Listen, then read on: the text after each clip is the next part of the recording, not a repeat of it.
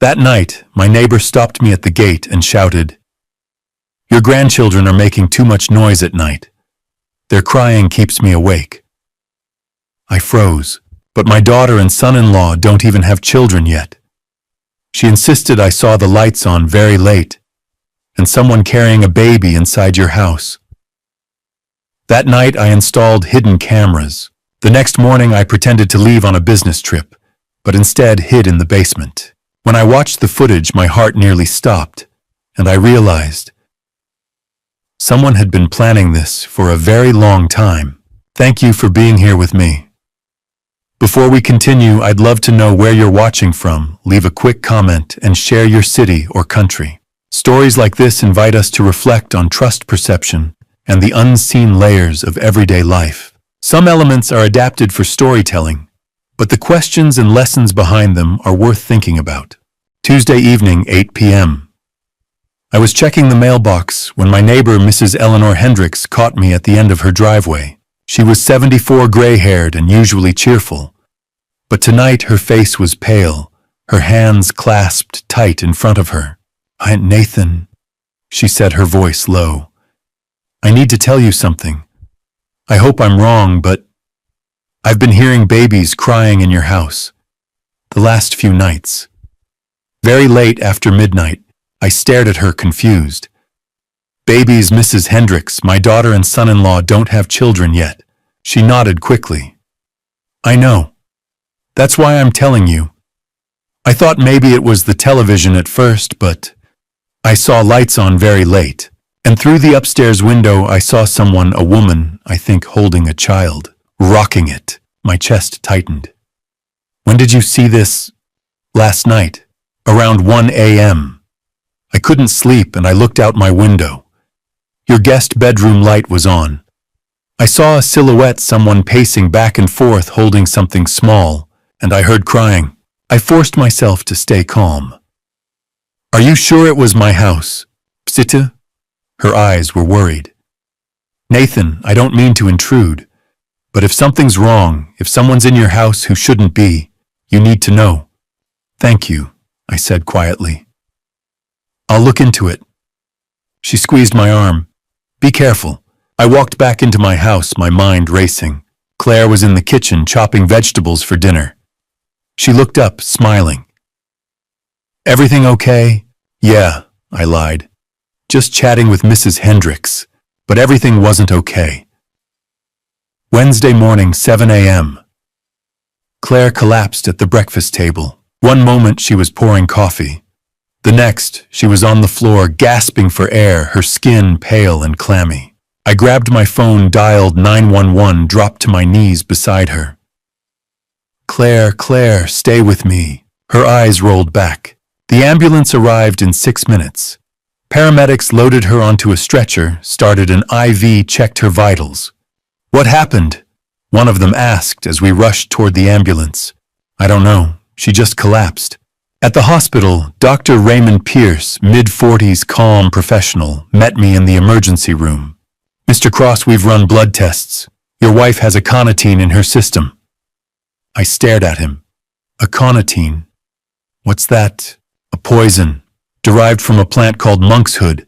It's extremely toxic, affects the heart nervous system. We've stabilized her, but she needs to stay here for observation." "How did it get into her system?" Pierce hesitated. "We're not sure yet. But based on the levels, it wasn't accidental. Someone gave this to her deliberately, likely mixed into food or medication over several days." My stomach dropped.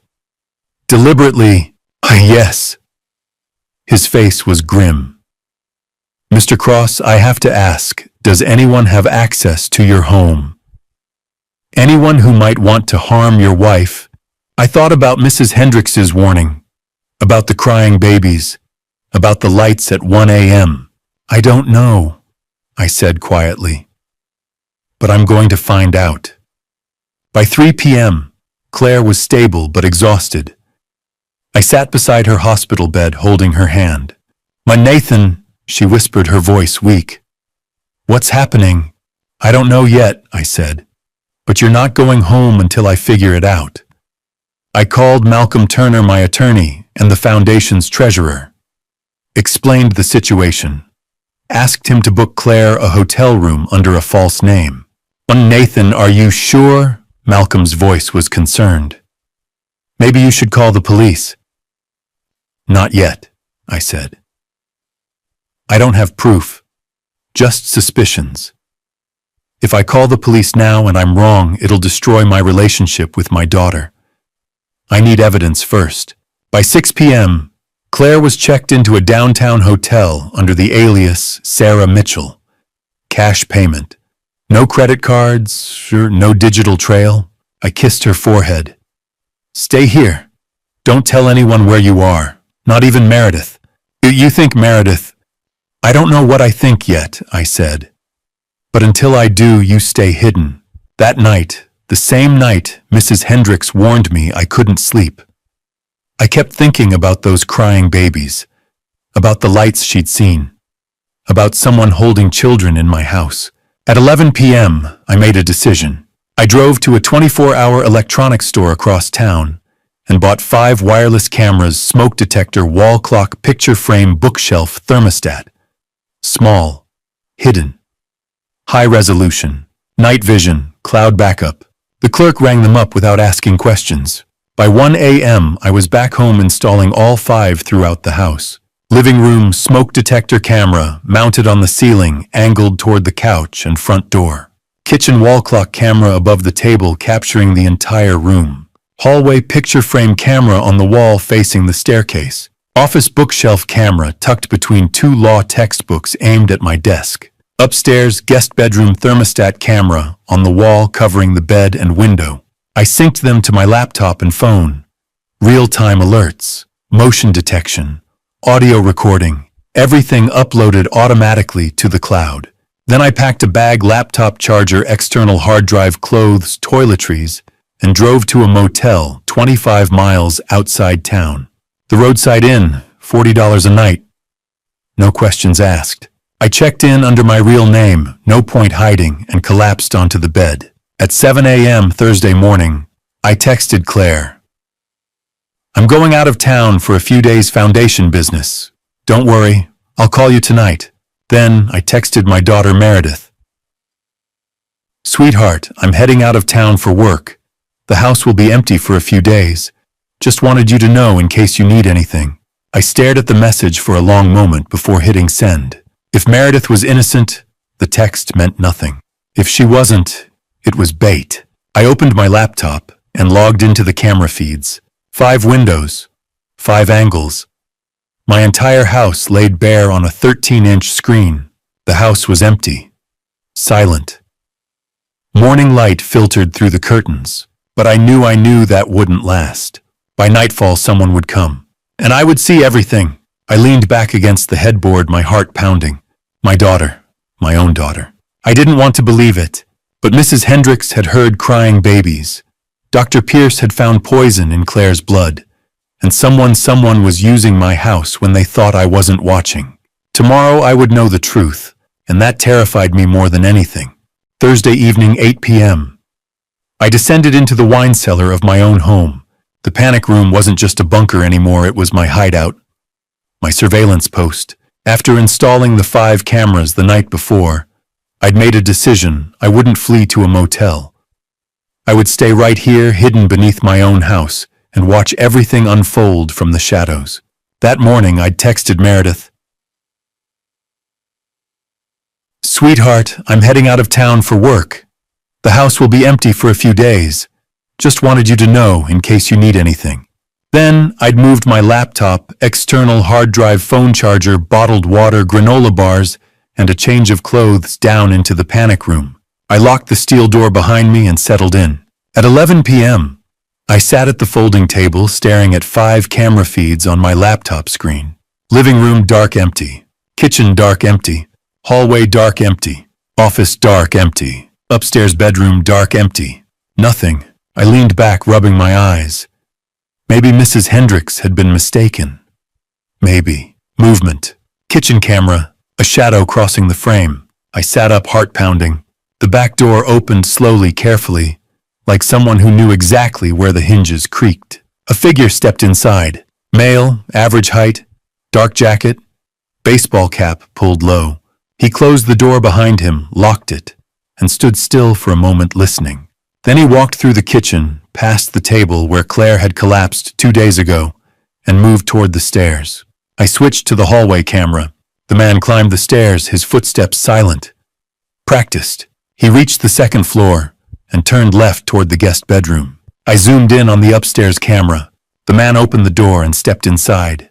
For a moment the room was dark. Then he turned on a lamp. Soft yellow light filled the screen. And then I saw them. 2 children. A boy maybe 3 years old sitting on a makeshift bed, a pile of blankets and pillows on the floor. A girl younger, 18 months perhaps, lying beside him, her tiny fist wrapped around a stuffed rabbit. Both wore pajamas. Both looked tired. The man knelt beside them, pulled 2 bottles of milk from a small cooler in the corner, and handed one to the boy. The boy took it without a word, his wide eyes fixed on the man's face. The girl started whimpering. The man picked her up, gently held her against his shoulder, rocking slowly, whispering something I couldn't hear through the audio feed. I stared at the screen, my mind reeling. Who was this man? Where had these children come from? And why were they in my house? At 11:42 p.m., my phone buzzed. A text. Unknown number. I opened it, hands shaking. Mr. Cross, I know you're watching. We need to talk. But not tonight. Tomorrow. I'll explain everything. Please don't call the police. The children are safe, I promise. I stared at the message, my pulse hammering. How did he know I was watching? How did he have my number? I typed quickly, "Who are you?" No response. I looked back at the camera feed. The man was still holding the little girl, rocking her gently. Her whimpering had stopped. She rested her head on his shoulder, eyes half closed. The boy had finished his bottle and lay down, curling onto his side. At 12:30 a.m., the man laid the girl beside her brother, covered them both with a blanket, and sat on the floor against the wall, his back to the camera. He didn't move for the rest of the night, and neither did I. I sat in that underground bunker, watching the glowing screen in the darkness, my coffee going cold, my eyes burning, my mind racing with questions I couldn't answer. Who was he? Why was he hiding in my house? Whose children were those? And what did any of this have to do with Claire being poisoned? By 7 a.m., the man stood stretched and walked downstairs. I switched to the kitchen camera. He opened the refrigerator, my refrigerator, and pulled out eggs, bread milk. He made scrambled eggs and toast, poured 2 small cups of milk, and carried everything upstairs on a tray. The children ate quietly. The boy said something I couldn't hear. The man nodded, smiled a tired, sad smile, and ruffled the boy's hair. After breakfast, the man cleaned the dishes, wiped down the table, and carried the children downstairs to the living room. He turned on the television cartoons volume low and sat on the floor with them. The boy played with a toy dinosaur.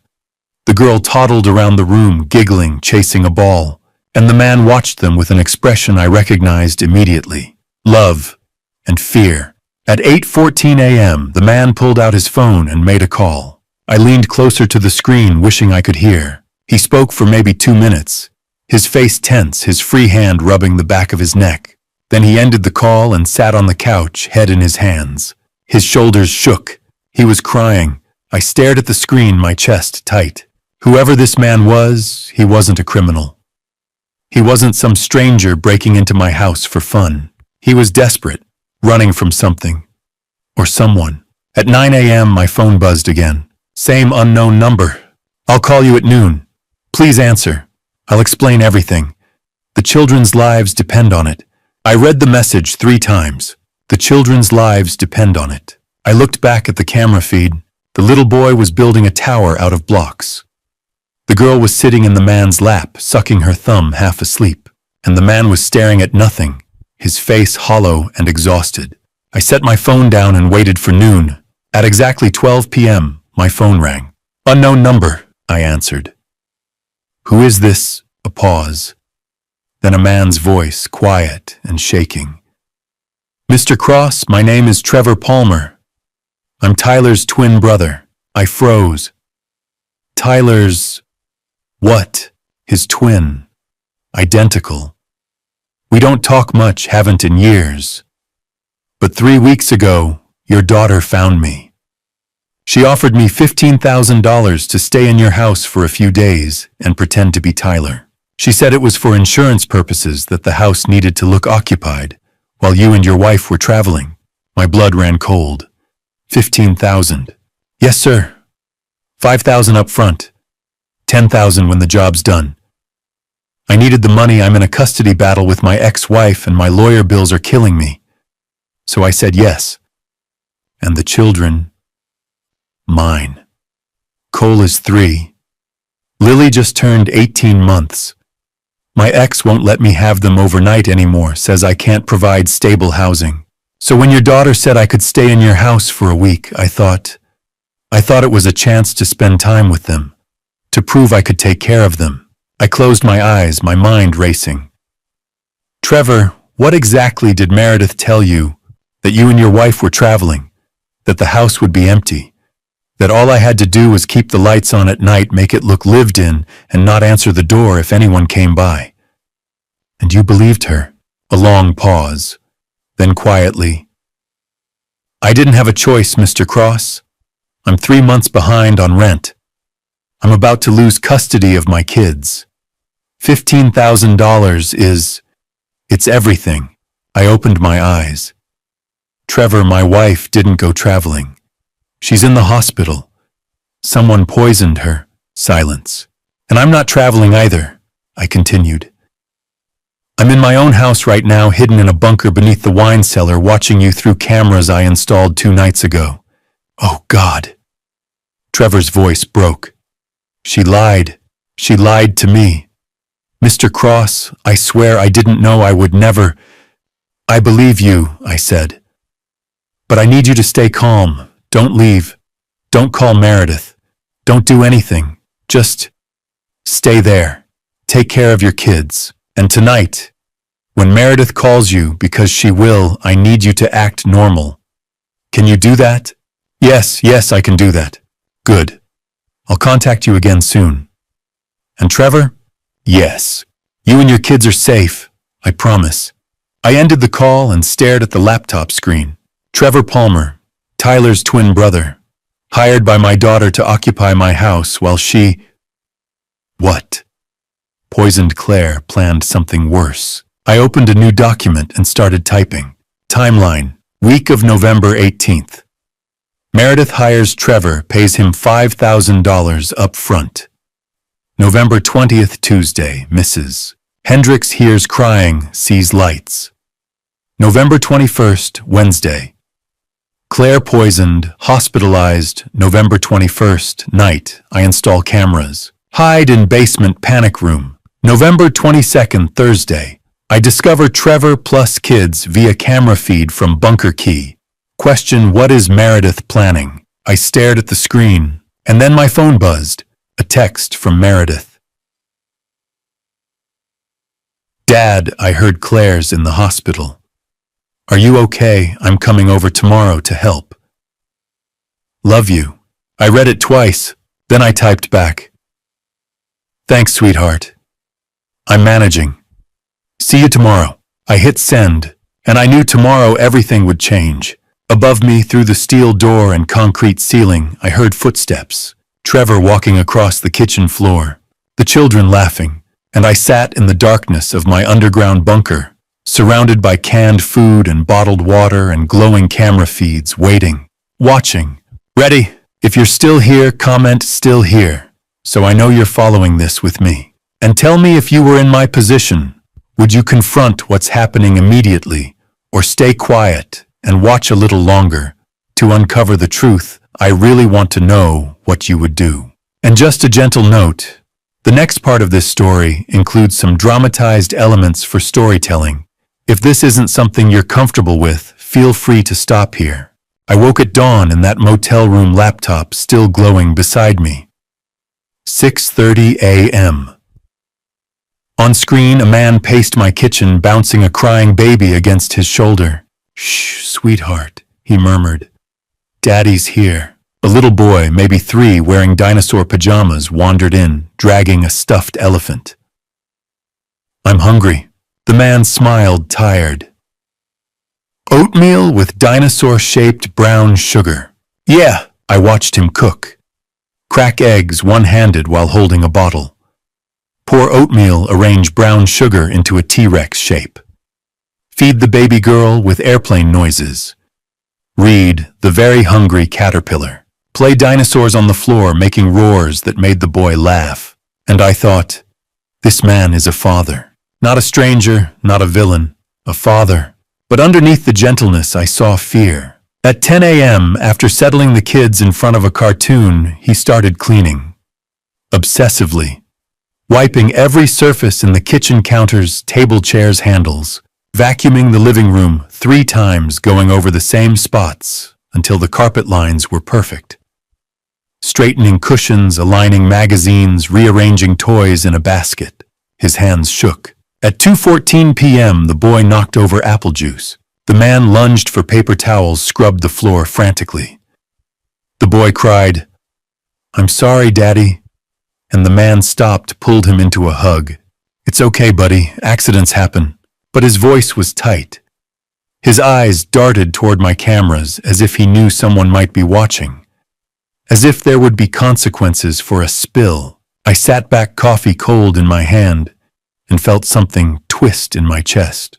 This man wasn't a criminal. He was terrified. The day crawled.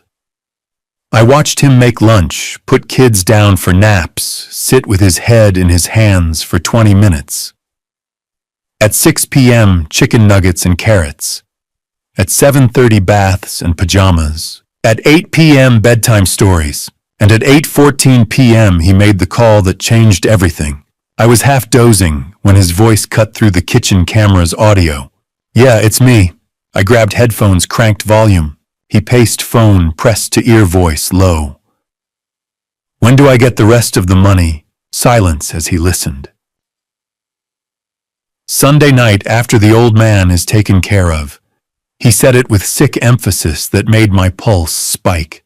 More silence. 10,000 right, like we agreed. $10,000. Sunday night, after the old man is taken care of. And what about the kids? His voice cracked. You promised no one would get hurt.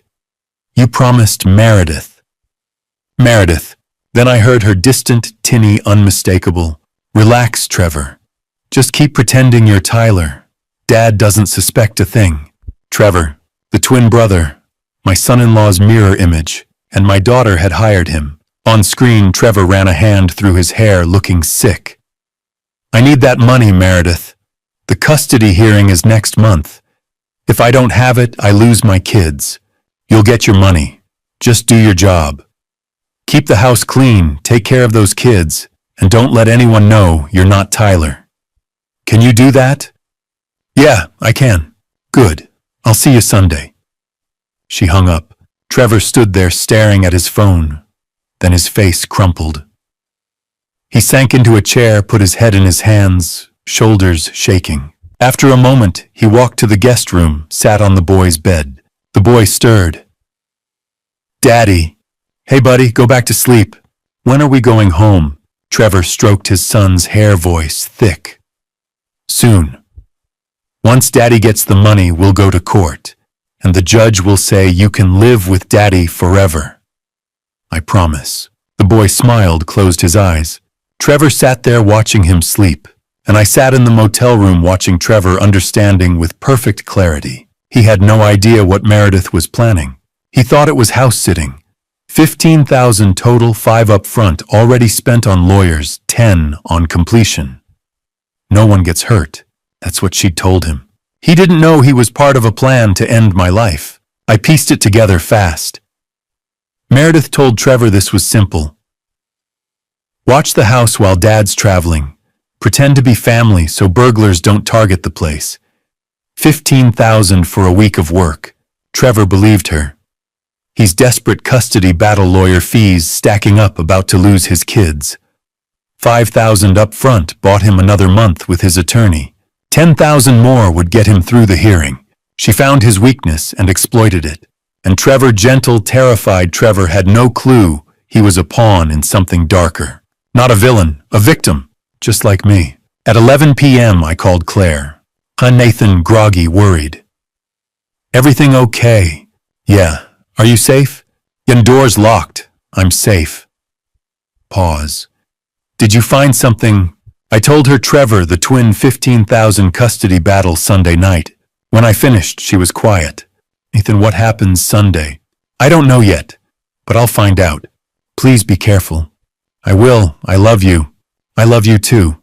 I hung up, stared at the feeds. Trevor asleep on my couch, one arm over his face. Exhausted, desperate, trapped. My phone buzzed. Meredith, Dad. Can I stop by tomorrow? I left some files in the guest room. Love you. Tomorrow. She was coming to the house tomorrow, and I was 25 miles away watching her show play out on hidden cameras. I stared at that message, love you, and wondered how long she'd been planning this. How many dinners, how many holidays, how many texts while she plotted my removal Sunday night. 4 days away. 4 days to figure out her plan. 4 days to gather proof. 4 days to decide what to do. I looked at the screen. Trevor shifted on the couch, murmured in his sleep. Tomorrow Meredith would walk into that house, talk to Trevor, check her plan, and I'd be watching. Every word, every movement, because now I knew. My daughter had hired a desperate father to impersonate my son-in-law, while she arranged for someone to take care of me on Sunday night. And Trevor, poor, terrified Trevor with his custody battle and his dinosaur pajama kid, had no idea he was helping her do it. I had to protect him. And I had to stop her, starting tomorrow. Friday morning, I sat in that motel room with my phone in one hand and coffee growing cold in the other, staring at the message I was about to send my daughter. Me, I'm at the foundation office downtown, sweetheart. House is empty if you need anything. The Victoria Cross Memorial Foundation, the charity my late wife started, where I still served as part-time chairman. A truth wrapped in a lie. I wasn't at the office. I was 25 miles away, watching 5 camera feeds on a laptop, waiting to see what my daughter would do. I hit send. 3 dots appeared immediately. Meredith is typing. Meredith, thanks, Dad. I just need to grab those files. Be in and out. Love you. I stared at that heart emoji. That casual love you tacked on the end, like she'd been doing for 34 years. My hands went numb. At 10:08 a.m., I sent another text, this one, to a number I'd pulled from the camera system's audio analysis, a burner phone Trevor had used yesterday. Me, Meredith, coming in 5 minutes. Stay upstairs. Keep kids quiet. She thinks house is empty. 3 minutes passed. Then, Trevor, okay. I watched the upstairs camera feed. Trevor appeared in the hallway, scooped up the little boy Cole I'd heard him called, and carried him into the guest room. The baby was already napping. He handed Cole a tablet with headphones, put a finger to his lips. We're playing the quiet game, buddy. Can you be super quiet for Daddy? The boy nodded wide-eyed.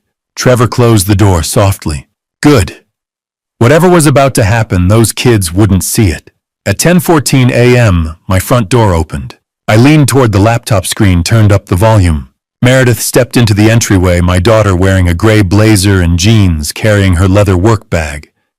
She looked professional, put together, like she was stopping by between client meetings. She didn't call out, didn't say Dad or anyone home. She just walked straight through the living room, past the kitchen, down the hallway toward the bedrooms, straight to my room, my bedroom. The one I'd shared with Victoria for 15 years, then with Claire for the last 2. I watched through the hallway camera as Meredith pushed open the door, walked to the nightstand Claire's side, and opened the top drawer. For a moment she just stood there looking down at whatever was inside. Then she reached in and pulled out a pill bottle. I zoomed in on the bedroom camera feed, the one hidden in the picture frame on the dresser. Claire's blood pressure medication. Lisinopril, 10 milligrams. The same pills that had sent her to the hospital 3 days ago. Meredith held the bottle up to the light, shook it once, nodded to herself. Then she set it on the nightstand, opened her bag, and pulled out an identical bottle. My breath stopped. She unscrewed the cap on Claire's prescription, dumped the pills into her palm, maybe 20 of them a week's supply. Dropped them into a tissue, folded it, put it in her pocket. Then she opened the second bottle, the one from her bag, and poured its contents into Claire's prescription bottle. The same white capsules, the same size, the same shape, but not the same medication. She screwed the cap back on, put the bottle back in the drawer. Exactly where Claire kept it. Exactly where Claire would reach for it tomorrow morning, and the morning after that, and the morning after that. Meredith smoothed the drawer closed, stepped back, surveyed the room, satisfied. I sat frozen in the motel room, watching my daughter, my little girl who I'd taught to ride a bike and helped with geometry homework, and walked down the aisle 3 years ago, calmly, methodically, prepare to end my wife's life. She knew exactly where Claire kept her medication. Of course she did. She'd been in our house 100 times. She'd probably planned this for months. Something cold settled in my bones. This wasn't a spur-of-the-moment decision. This wasn't rage or impulse. This was premeditated, calculated, surgical. Meredith walked back to the kitchen. I switched to that camera feed. She opened her bag again, pulled out a small black device, maybe 2 inches long, cylindrical. A listening device. The kind you could buy online for $50 if you knew where to look. She crouched down, reached under the kitchen table, pressed something. When she pulled her hand back, the device was gone, stuck to the underside of the wood, invisible, unless you got on your hands and knees. She stood, brushed off her jeans, pulled out her phone, and sent a text. I couldn't see the screen from the camera angle, but 10 seconds later her phone buzzed. She smiled. Then she walked to the front door and left. Just like that. In and out. 17 minutes, start to finish. I grabbed my own phone, pulled up a new browser window, searched for counter-surveillance equipment. Found a device that claimed to detect and hijack wireless bugs. Ordered it. Next day delivery. If Meredith was listening to my house, I'd listen to her listening. Turn her own weapon against her. Upstairs, Trevor opened the guest room door, carefully looked around, then let Cole come out. "Good job, buddy. You were so quiet." The boy beamed. Trevor picked him up, carried him downstairs, turned on the TV. Sat on the couch with Cole tucked against his side, staring at cartoons, but I could see his hands shaking. He knew something was wrong. He just didn't know what. I picked up a notebook, wrote. Day 3, 10:14 a.m. Meredith entered house. Swapped Claire's medication with unknown substance, likely same poison from hospital. Planted listening device under kitchen table. In/out 17 minutes. Confident. Practiced. Trevor remained hidden upstairs with kids per my instruction. Then I added, she's done this before. The rest of Friday passed slowly. I watched Trevor make lunch play with the kids, clean the kitchen again with that same nervous energy. I watched him check his phone every 20 minutes, probably counting down to Sunday night, to that $10,000, to his custody hearing. I watched the sun set through my kitchen window via camera feed. And at 11:47 p.m. I watched someone else enter my house. This time the back door. A man tall, mid-40s, wearing a dark jacket and gloves, stepped into my kitchen like he owned the place. No forced entry, no broken glass. He had a key. I sat up straight. Switched camera angles, zoomed in on his face as he passed under the hallway light. Preston Vance. I knew that face. I'd seen it on the news 18 months ago when he'd been disbarred for forging client signatures, embezzling settlement funds. A lawyer who'd lost everything, his license, his practice, his reputation. And now he was in my house at midnight, walking straight to my office. I switched to the office camera. Preston went directly to my desk. Opened drawers, rifled through files. He wasn't searching randomly. He knew what he wanted. He pulled out folders labeled Foundation Board Minutes, Foundation Financial Records, Estate Documents, papers I'd organized myself, legal documents about the Victoria Cross Memorial Foundation, about my will, about property transfers. He stacked them on the desk, pulled out his phone, took pictures of every page. Fast, efficient, methodical. Then he put everything back exactly where he'd found it, closed the drawers, and left the same way he'd come. In and out. 12 minutes. Upstairs, Trevor slept on the couch, one arm over his face, exhausted. He never heard a thing. I sat in the motel room staring at the empty office on my screen and felt pieces clicking into place. Preston Vance. Disbarred lawyer. Probably desperate for money, willing to do illegal work for the right price. Meredith had hired him, just like she'd hired Trevor. But Preston wasn't a pawn. Preston knew exactly what he was doing. He was researching my assets, my foundation, my estate. They weren't just planning to harm Claire. They were planning to take everything. And Sunday night, 3 days from now, something was going to happen that required my house to be empty.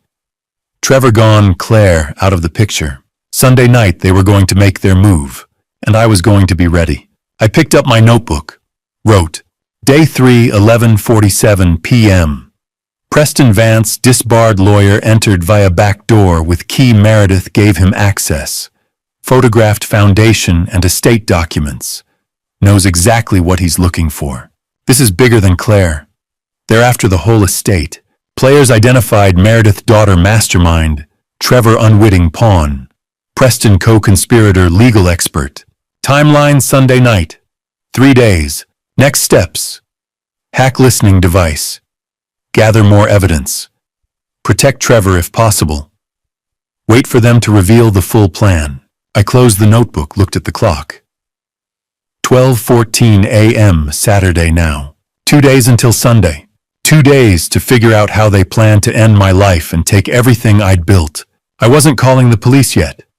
Not until I had everything on tape. Not until I could prove intent, conspiracy, premeditation.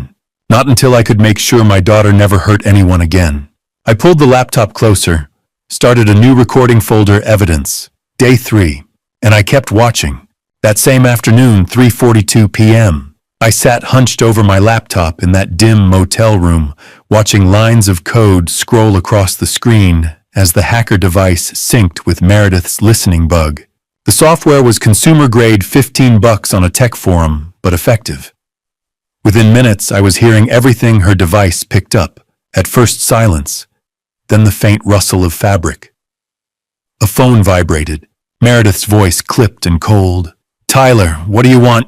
My entire body went rigid. Tyler, my son-in-law. The man I'd trusted with my daughter's happiness. I heard about Claire. His voice was thin, distant, likely a hotel room. Is she okay? She's fine. Hospitalized. Minor reaction. Meredith's tone was dismissive. Why are you calling? A pause. Then, I have the recordings, Meredith. My breath stopped. What recordings? Her voice sharpened, blade-like. From July. Tyler's words came faster now, nervous. 6 months worth. Every conversation. Every plan. I recorded everything. I grabbed a pen, scribbling notes on the back of a receipt. Tyler recordings since July. 6 months. You're lying. Meredith's voice was ice. You wouldn't. I would. I did.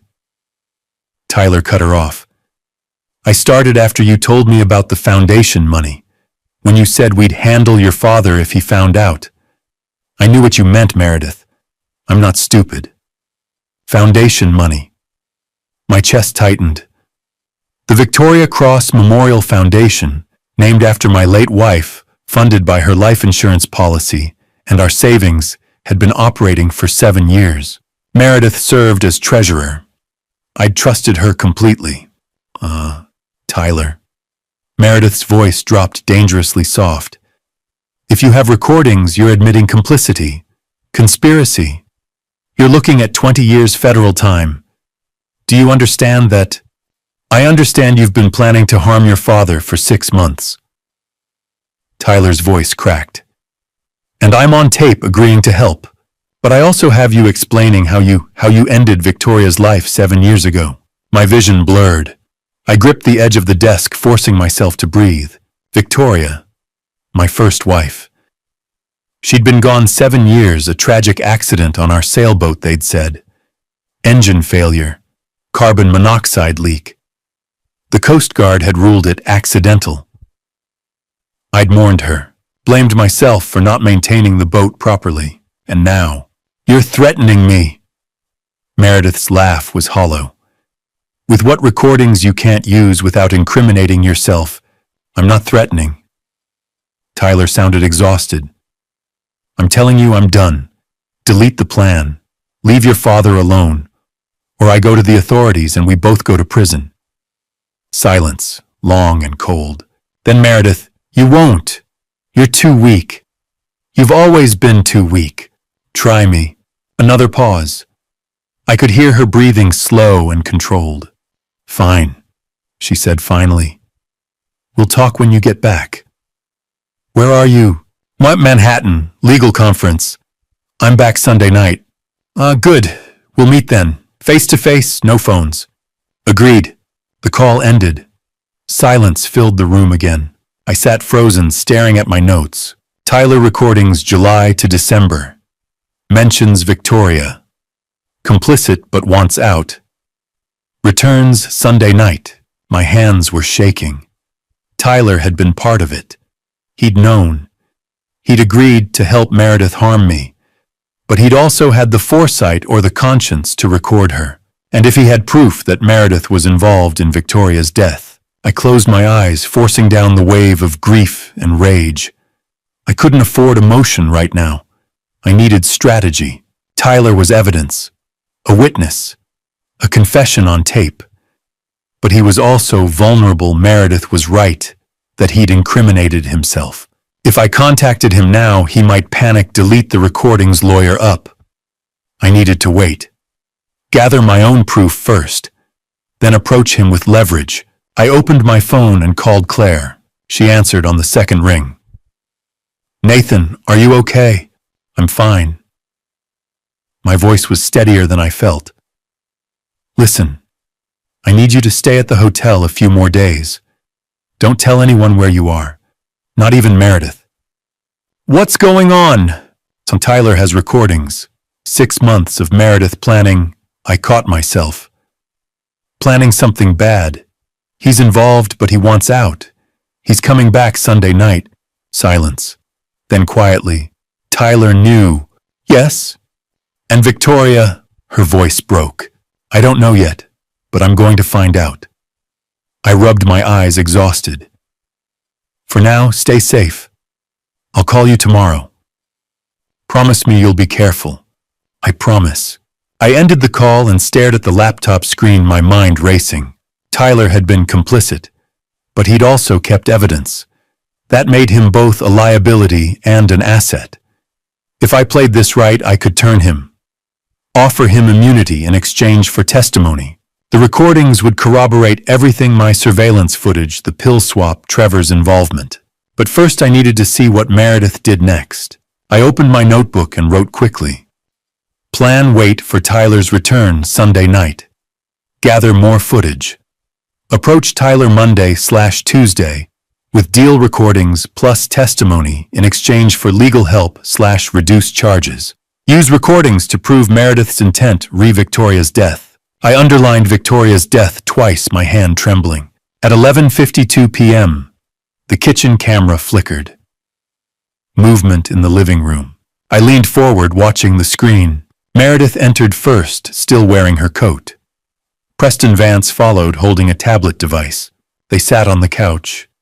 Meredith's face was pale, tight with anger.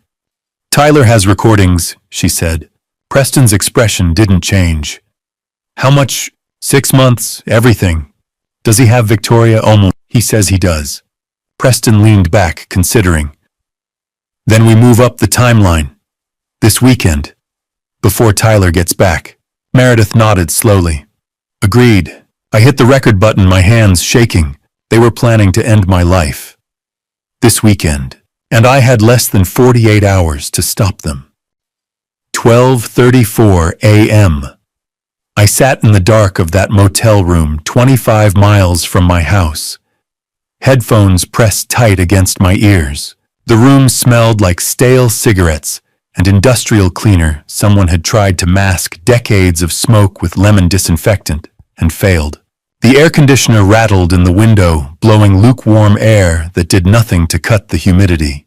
My back ached from hours hunched over the laptop, and my eyes burned from staring at the screen. But I didn't move.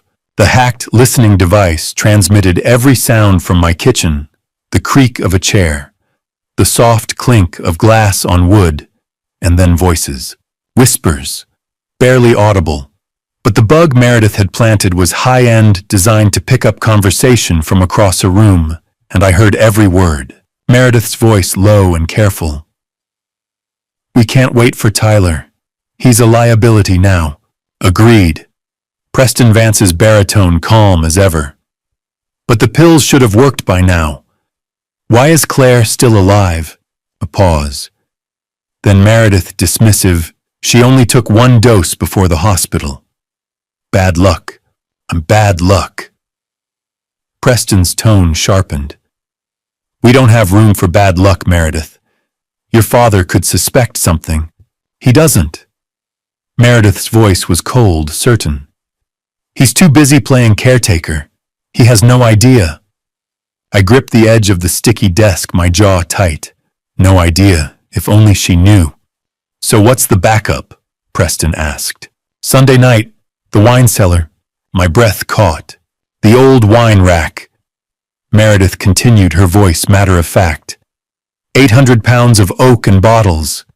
If it falls on him, it'll look like an accident. He's always down there reorganizing.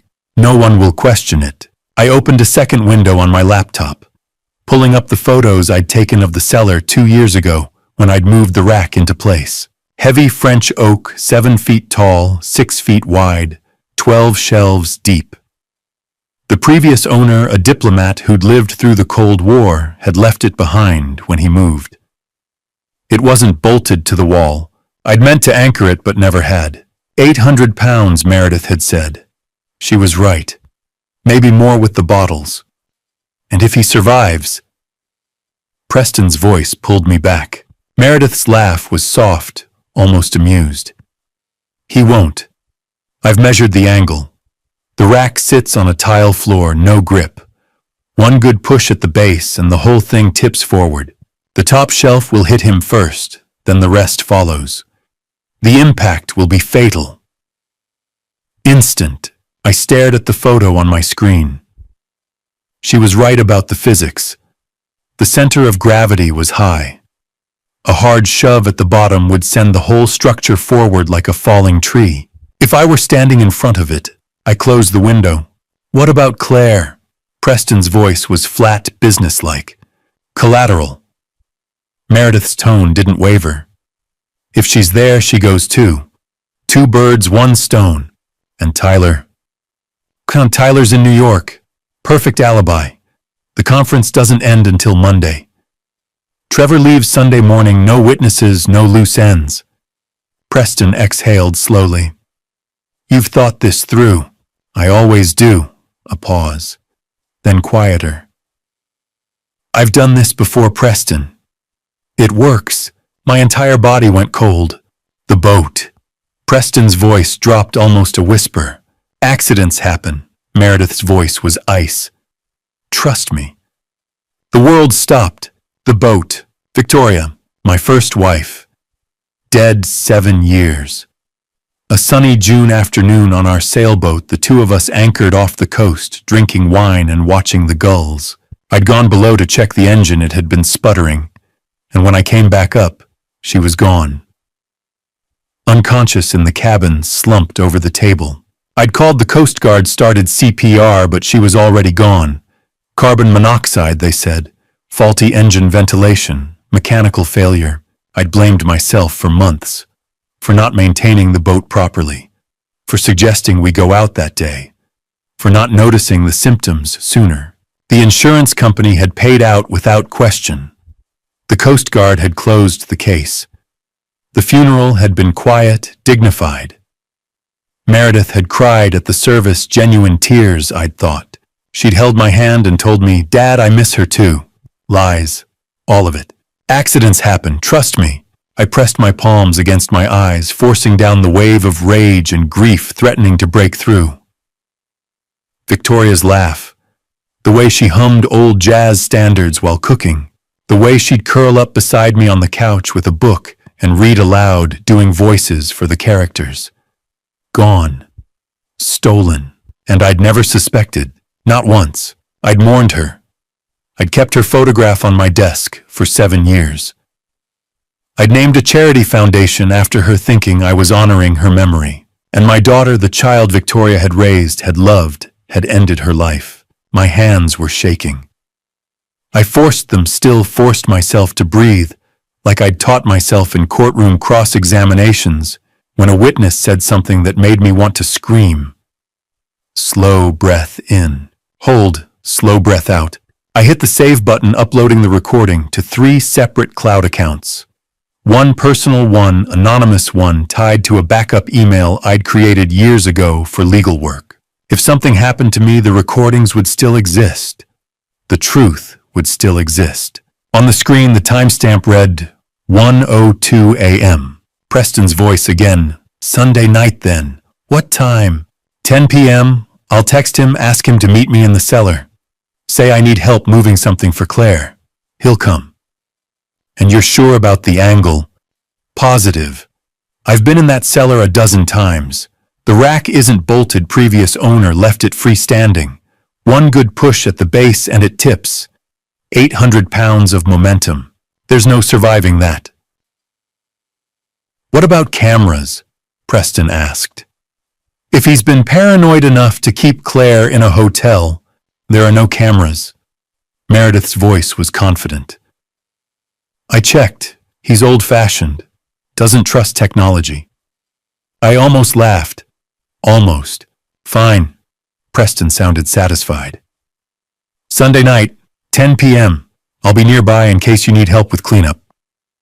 I won't. Meredith's chair scraped against the floor. This'll be clean. Just like last time. Just like last time. Victoria's face flashed in my mind. Her smile, her laugh, the way she'd squeeze my hand 3 times to say I love you without words. Gone. At 1:17 a.m., I heard the front door close. Silence filled the kitchen. I pulled off the headphones and sat in the dark, staring at nothing. The air conditioner rattled. A car passed outside, headlights sweeping across the thin motel curtains. Sunday night, 2 days. Meredith planned to end my life in my own wine cellar, using a piece of furniture I'd installed myself. She'd done this before to Victoria, to my wife, and she'd gotten away with it. Not this time. I opened my notebook and wrote quickly, my handwriting shaky. Meredith confession wine rack, Sunday 10 p.m. 800 pounds, tile floor tipping angle calculated. Mentions Victoria done this before. Confession recorded. 3 backups. Preston involved will be nearby for cleanup. I underlined Victoria 3 times, my vision blurring. Then my phone buzzed. A text. Trevor's number, the burner phone I'd slipped into his jacket pocket yesterday. The message was short. Mr. Cross, I heard everything through the vent. I'm terrified. What do? I stared at the screen. Trevor had heard. The old house had air vents connecting every floor. I'd forgotten about them. He'd been 2 floors up with the door closed, and 2 sleeping children. But he'd heard Meredith and Preston planning my death. And now he was asking me what to do. I typed quickly. Stay calm. Act normal. Sunday morning, take the kids and leave as planned. I'll handle the rest. You're safe. I promise. I hit send, then set the phone down and stared at the ceiling. 2 days. Meredith thought she was hunting me. She had no idea I'd already set the trap.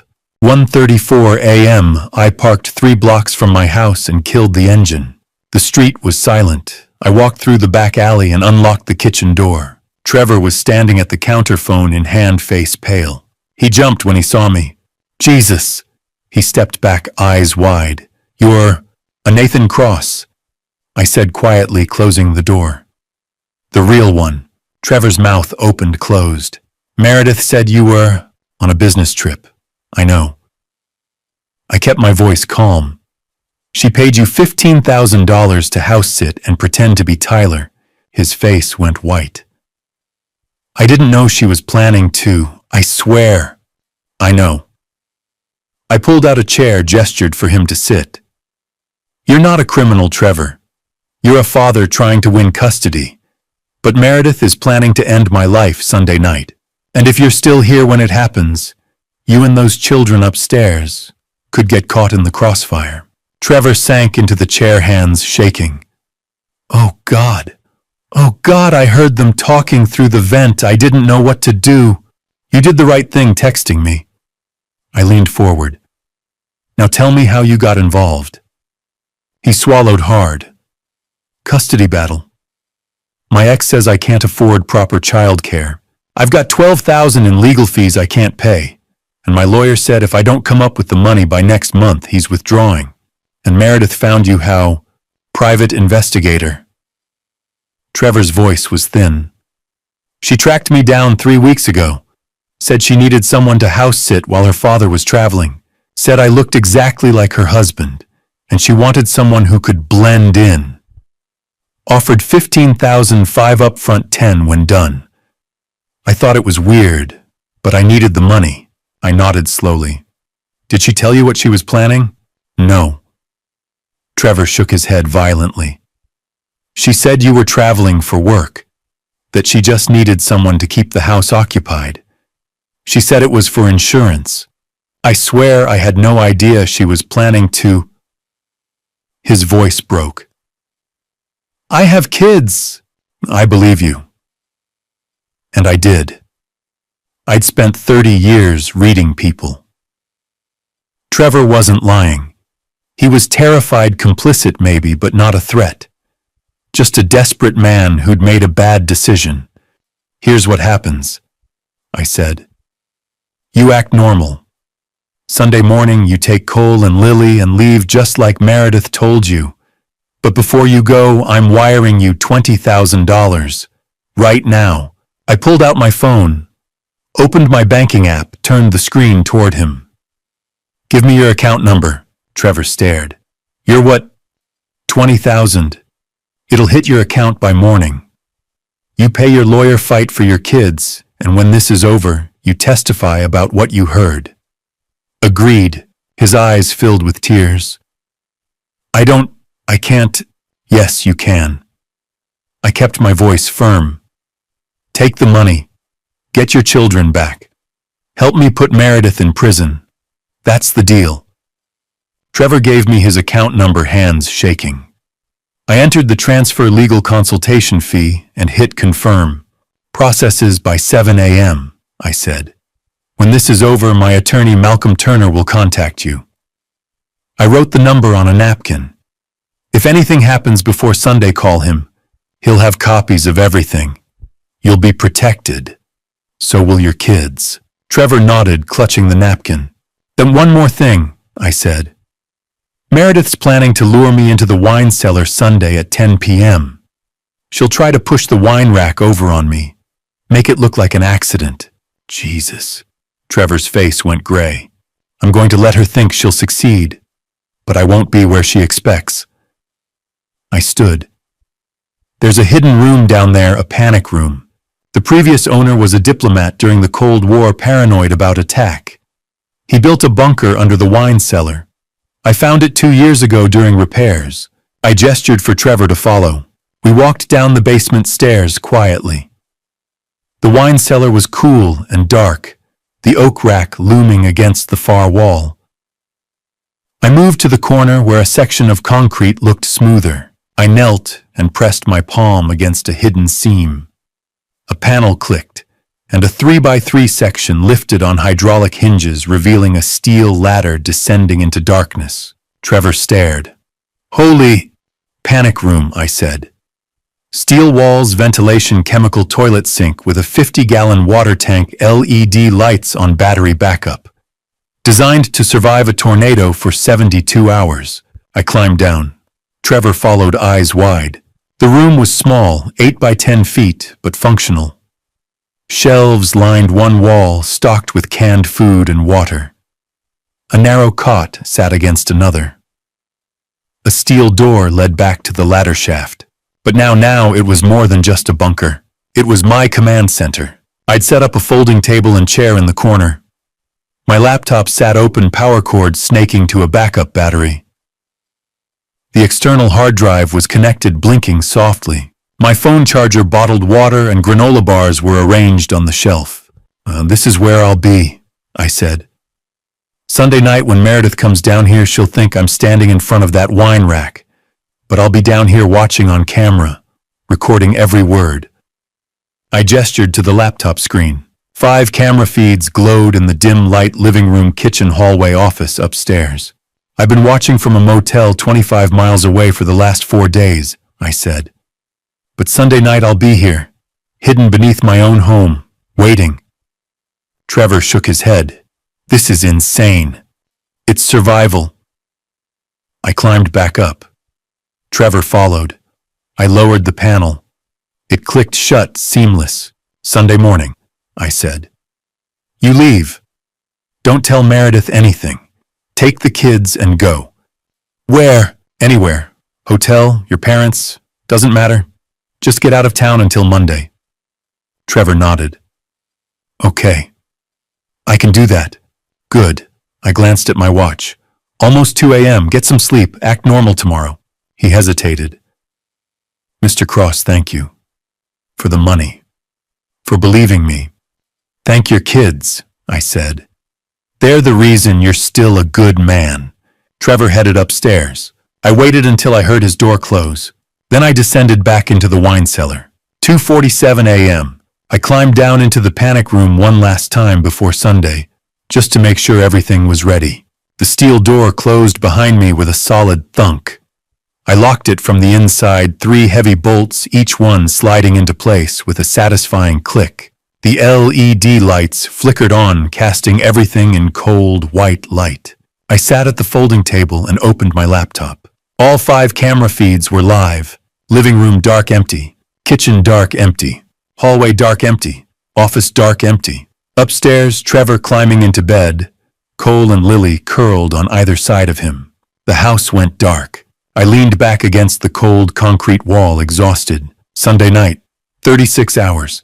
I'd spent the last 4 days hiding in a motel, watching my house from 25 miles away. But now I was back, hidden beneath my own home in a bunker built by a paranoid diplomat 40 years ago, surrounded by steel and concrete and darkness. Waiting. Ready. At 7:04 a.m. my phone buzzed. Meredith. I answered, keeping my voice soft, tired. Hello, Dad. Her voice was bright, concerned. I've been so worried. Can I come over for breakfast? I want to check on you. I forced my voice to sound weak, strained. Of course, sweetheart. I'm a little tired, but I'd love to see you. Perfect. I'll be there in an hour. Love you, Dad. Love you too. I ended the call and stared at the bunker ceiling. She was coming, and I was ready. Sunday morning, 8 a.m. I sat in the bunker staring at the laptop screen. The camera feeds showed an empty house. Trevor was upstairs with the kids, moving quietly, packing. My phone buzzed a notification from the kitchen camera. Audio pickup. Meredith's voice via text-to-speech from Trevor's phone. Meet me at Riverside Park at 9. Don't come back to the house. Dad might be home soon. I'll bring the rest of your money. I exhaled slowly. She was keeping Trevor away. Smart. On screen, Trevor read the message, his face tight. He glanced at the ceiling toward the wine cellar below, then picked up Cole, and Lily grabbed the diaper bag and headed for the door. 9:14 a.m. I watched the driveway camera. Trevor loaded the kids into the silver sedan Meredith had loaned him, buckled them in, and drove away. I switched to my phone, tracking his location via the burner I'd given him. He was heading east toward Riverside Park, a small neighborhood green space with a playground and picnic tables 2 miles from my house. I couldn't see the park, but Trevor had agreed to text me updates. At 9:26 a.m., my phone buzzed. She's here, giving me the envelope now. I imagined the scene, Meredith in her car window, down handing over a thick manila envelope. 10,000 in cash, just like she'd promised. Trevor would take it. Thank her, maybe ask one last question. My phone buzzed again. She said, forget you ever met me. I asked if you were okay. She laughed and said, "He'll be fine. Drive safe." "I'm leaving now. Kids are safe." "Good luck, Mr. Cross." I closed my eyes, exhaling. Trevor was gone. Cole and Lily were safe. Whatever happened next, they wouldn't be caught in it. At 10:52 a.m., my phone rang. "Meredith," I answered, keeping my voice soft, tired. "Hello, Duck." Her voice was bright, concerned. "I'm so glad I caught you. I stopped by the house earlier to drop off some groceries, and I noticed water in the wine cellar. There's a puddle near the back wall. I think a pipe might have burst." I frowned, playing along. "A pipe? I didn't notice anything yesterday." "It's getting worse, Dad. I'm worried about the foundation. Can you check it? I'd hate for the whole cellar to flood." I hesitated, letting silence stretch. "I'm not feeling great today, sweetheart. Can it wait until tomorrow?" "Dad, it's really bad." Her voice sharpened, urgent. "The water's spreading. If we don't fix it now, you could have thousands in damage. Please. I'll come help you. I can be there in an hour." I exhaled, slow and shaky. "All right, I'll meet you down there. 1 hour. "Perfect. Thank you, Dad. I love you." "Love you too." I ended the call and stared at the phone. She was good. The concern in her voice was flawless. If I hadn't heard her planning my death 2 nights ago, I would have believed every word. 12:30 p.m. Time to set the final piece. I opened my contacts and dialed 911. The line clicked open immediately. 911, what's your emergency?" I kept my voice calm, clear. "This is former federal judge Nathan Cross, badge number Juliet 7731. I'm about to be attacked by my daughter at my home. I am going to leave this line open. My address is already in your system. I need units dispatched, but they must hold position 2 blocks away, no sirens until you hear violence. I need to record her confession on tape." A pause. Then the operator, her voice steady and professional. "Understood, Judge Cross. I'm flagging this as a priority judicial emergency. Units are being dispatched now. They will hold at the perimeter and await your signal. We are listening." "Thank you." I took a breath. "She'll be here in approximately 15 minutes.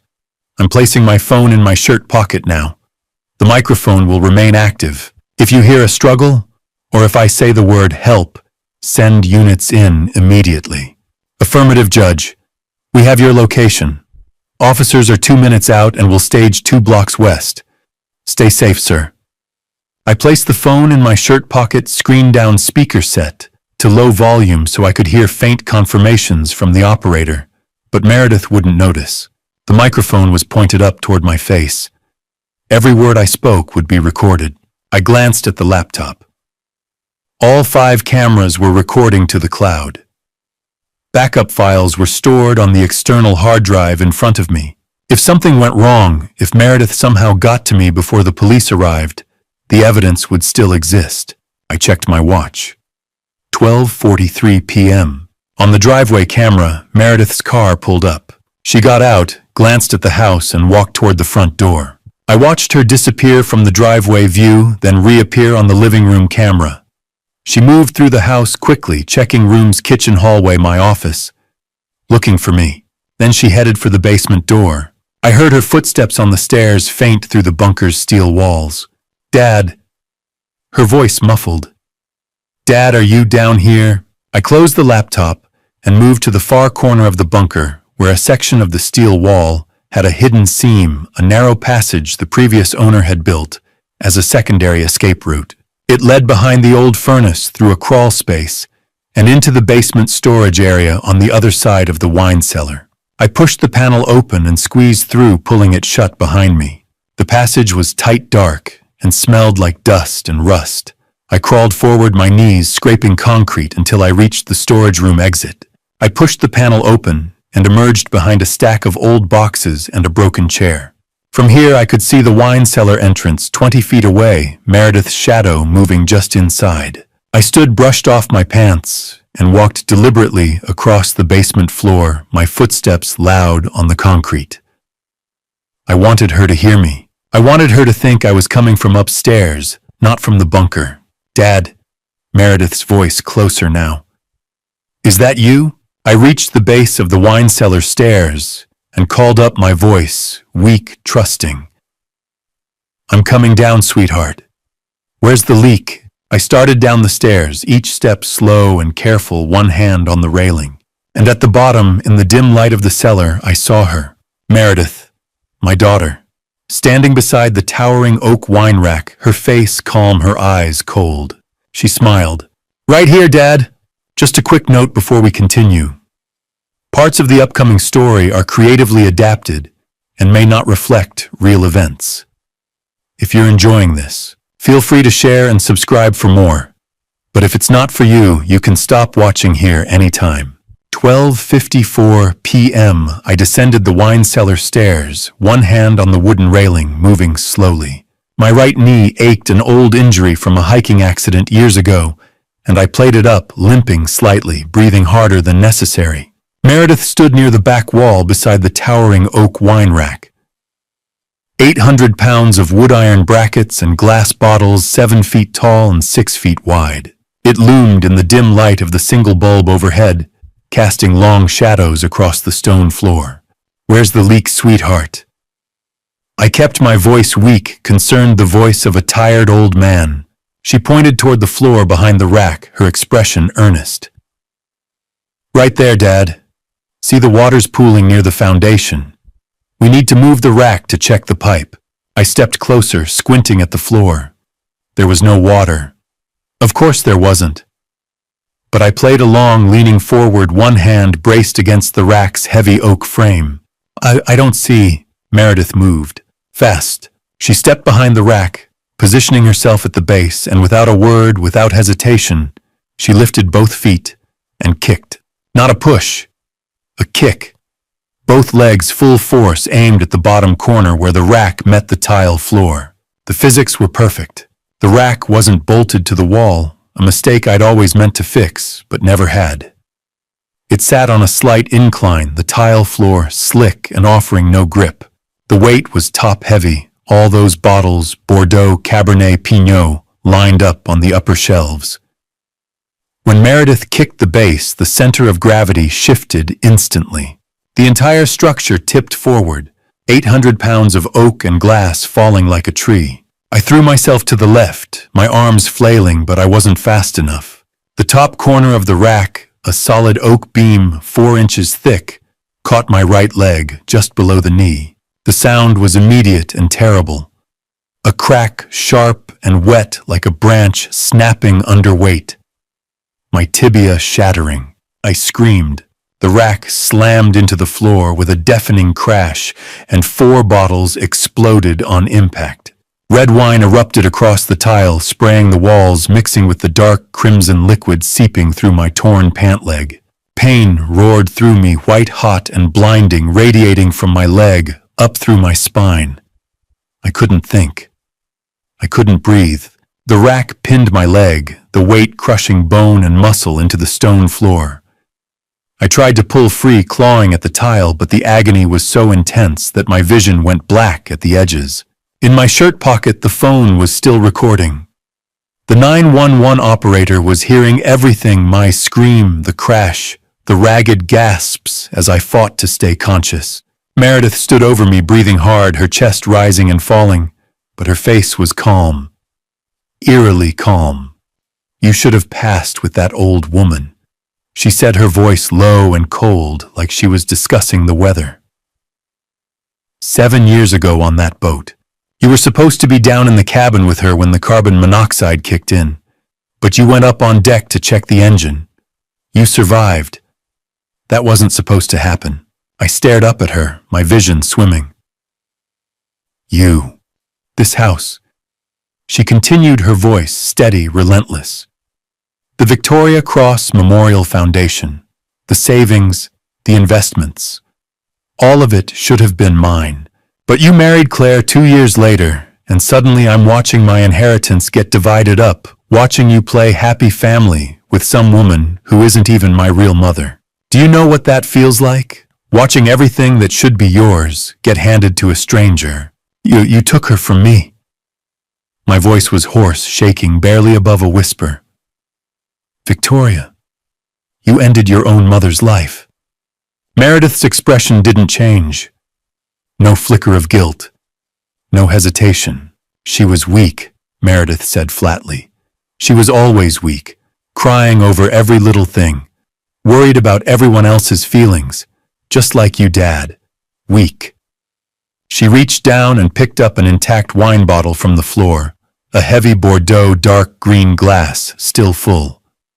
She hefted it, testing the weight, her fingers wrapping around the neck. I should have finished this 7 years ago, she said quietly, almost to herself. She raised the bottle over her head, and then sirens, loud piercing, getting closer by the second. Meredith froze, the bottle still raised. The basement door burst open with a crash. Heavy footsteps pounded down the stairs, boots on wood. Police dropped the weapon, hands in the air. 3 officers flooded the cellar, weapons drawn, flashlights cutting through the dim light. Meredith dropped the bottle, it shattered on the tile glass, and wine spraying, and slowly raised her hands, her face blank, emotionless. One officer tackled her, driving her forward against the stone wall, pulling her arms behind her back. Another kicked the bottle shards aside and moved to me, kneeling beside the wreckage of the wine rack. Sir, can you hear me? Ambulance is en route. Stay still. Don't try to move. I nodded weakly, gasping for air. My leg felt like it was being crushed in a vice. My shoulder, I'd landed on it wrong when I fell, throbbed with a deep, sickening ache. Dislocation, probably. Blood and wine soaked my clothes, warm and sticky.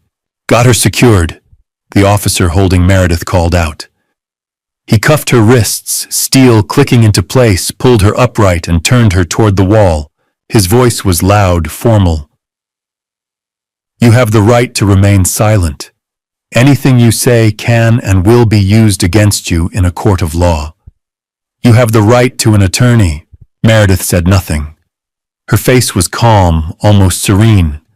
She looked at me once briefly, and then looked away as if I were already gone.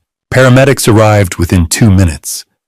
They lifted the wine rack off my leg. I screamed again, couldn't help it, and immediately went to work. One cut away my pant leg, with shears revealing the damaged, jagged bone visible through torn skin, blood pooling on the tile, the leg bent at an unnatural angle, such as open tibia fracture. One paramedic said into his radio, his voice clipped and professional. Significant blood loss, possible shoulder dislocation, multiple lacerations. We need a gurney stat. They stabilized my leg with an inflatable splint. The pressure excruciating, and gave me an injection, morphine maybe, but it barely touched the pain. They strapped me onto a backboard, secured my neck, and within minutes I was being carried up the basement stairs, through my house, and out the front door into blinding afternoon sunlight. I caught a glimpse of Meredith as they loaded me into the ambulance. She was standing beside a patrol car, hands cuffed behind her back, 2 officers flanking her. Her face was expressionless. No tears, no fear, no anger, just cold. I pulled out my phone. My hands were shaking badly and scrolled to Claire's number saved under her hospital alias. I typed slowly, my vision blurring. It's over, she's arrested, I need you. I hit send as they closed the ambulance doors. Inside, a woman in a dark blazer sat on the bench beside the gurney. Mid-40s, sharp eyes, short brown hair, detective's badge clipped to her belt. To Mr. Cross, she said, her voice calm but firm. I'm Detective Sarah Brennan. We have the 911 recording. We have your camera footage, dispatch is pulling it from the cloud right now, but I need the full story. Timeline, evidence, everyone involved. How deep does this go? I closed my eyes, exhausted, the morphine starting to blur the edges of my thoughts. Deeper than you think, I said quietly. The ambulance lurched forward, sirens wailing, and for the first time in a week, I let myself breathe. 6:17 p.m., 5 hours after the attack. I woke to the smell of disinfectant and the steady beep of a heart monitor. The hospital room was dim, the overhead lights turned low. My right leg was suspended in a cast from hip to ankle, elevated by a pulley system. My left shoulder was immobilized in a padded sling. An IV drip fed into my arm, and a morphine pump sat on the bedside table, its cord trailing to a button, clutched loosely in my hand. Claire sat in the chair beside me, her face streaked with tears, her hand wrapped around mine. "Nathan," she whispered when she saw my eyes open. "Oh God, Nathan." "I'm okay," I said, though my voice came out hoarse and weak. "You're safe. That's all that matters." She nodded, squeezing my hand tighter, fresh tears spilling down her cheeks. At 7:30 p.m., the door opened. Detective Sarah Brennan stepped in first, followed by a man I didn't recognize. Tall, mid-40s, graying temples, dark suit, FBI badge clipped to his belt. "Mr. Cross," Brennan said quietly. "This is Special Agent Michael Reeves, Federal Bureau of Investigation. We need to talk." I nodded, shifting slightly in the bed. Pain shot through my shoulder and leg, but I gritted my teeth and pushed through it. Reeves pulled a chair closer, his expression serious.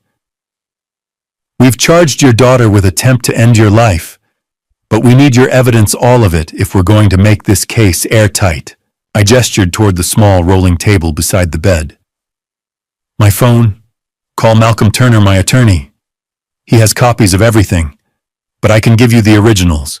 Claire reached into the bag at her feet and pulled out the items I'd asked her to retrieve from the panic room earlier: my laptop, the external hard drive, a spiral notebook filled with handwritten timeline notes, and a slip of paper with Trevor Palmer's burner phone number.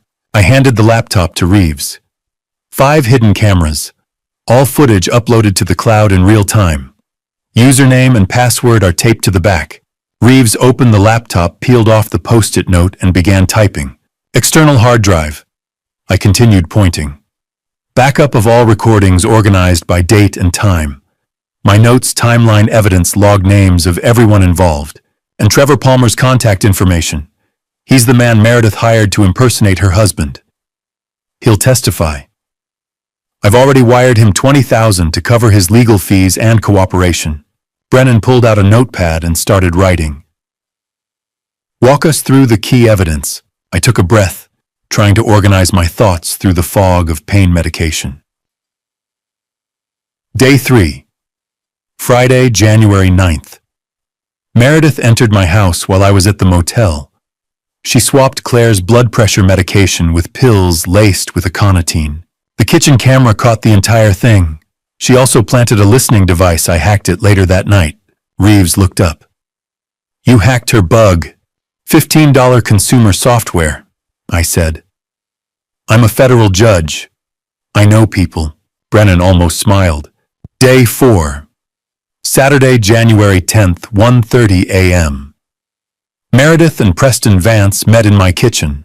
They discussed the wine cellar plan, using the 800-pound rack to end my life and make it look like an accident. The hacked bug recorded every word. She also confessed to ending Victoria's life 7 years ago, said she'd done this before, and it worked. Reeves leaned forward. "Victoria, your first wife?" "Yes. She passed on our sailboat 7 years ago. Carbon monoxide leak. The Coast Guard ruled it an accident. But Meredith admitted she caused it, sabotaged the engine ventilation." Reeves and Brennan exchanged a look. Day 5. Sunday, January 11th. The wine cellar attack. I recorded everything: cameras, phone, 911 call. When Meredith kicked that rack over on me, she confessed again, said I should have passed with that old woman, that the house and foundation money should have been hers, that Victoria was weak. The 911 operator heard the entire confession in real time. "We have the recording," Brennan confirmed. "Dispatch forwarded it to us an hour ago." Reeves closed the laptop and looked at me. "Preston Vance. Who is he?" "Disbarred attorney," I said. "Meredith's partner romantically and criminally. He helped plan everything. He has a key to my house.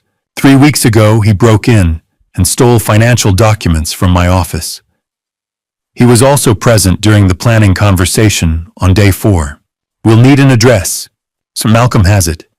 Preston practiced corporate fraud out of an office in Atlanta.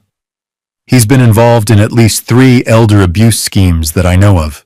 Reeves made a note. Anyone else involved? I hesitated. Dr. Raymond Pierce, Claire's primary care physician. He prescribed her blood pressure medication, the pills Meredith swapped. I think he's involved. You should check his finances. Reeves nodded. We will. By 9:14 p.m., Claire had dozed off in the chair beside me, and I was drifting in and out of consciousness, the morphine pulling me under. My phone buzzed. A text from Reeves. Preston Vance in custody. Atlanta field office raided his office. Forged wills, fake power of attorney documents, foundation transfer papers. He's talking. I closed my eyes, relief washing over me. At 11:47 p.m. Another text. Dr. Pierce arrested. Found $50,000 offshore deposit from Preston Vance 3 weeks ago. Pierce falsified medical records for 15 elderly patients. Elder abuse ring. He was paid to declare you mentally incompetent. I stared at the screen, my chest tight. 15 patients. 15 families manipulated and destroyed, just like mine almost was. The next morning, Monday, January 12th day, 6 Reeves called. Meredith's arraignment was this morning, he said. Charged with ending Victoria's life in the first-degree attempt to end your life in the first-degree conspiracy, elder abuse, and fraud. Judge denied bail. She'll be held pending trial. Good, I said quietly. Hakititum. We played the wine cellar recording in court. Her voice clear as day. You should have passed with that old woman. The prosecutor said it's the most damning confession he's heard in 20 years. I didn't respond. I couldn't. One more thing, Reeves continued. Tyler Palmer, Meredith's husband, called me this morning from New York. He says he has recordings.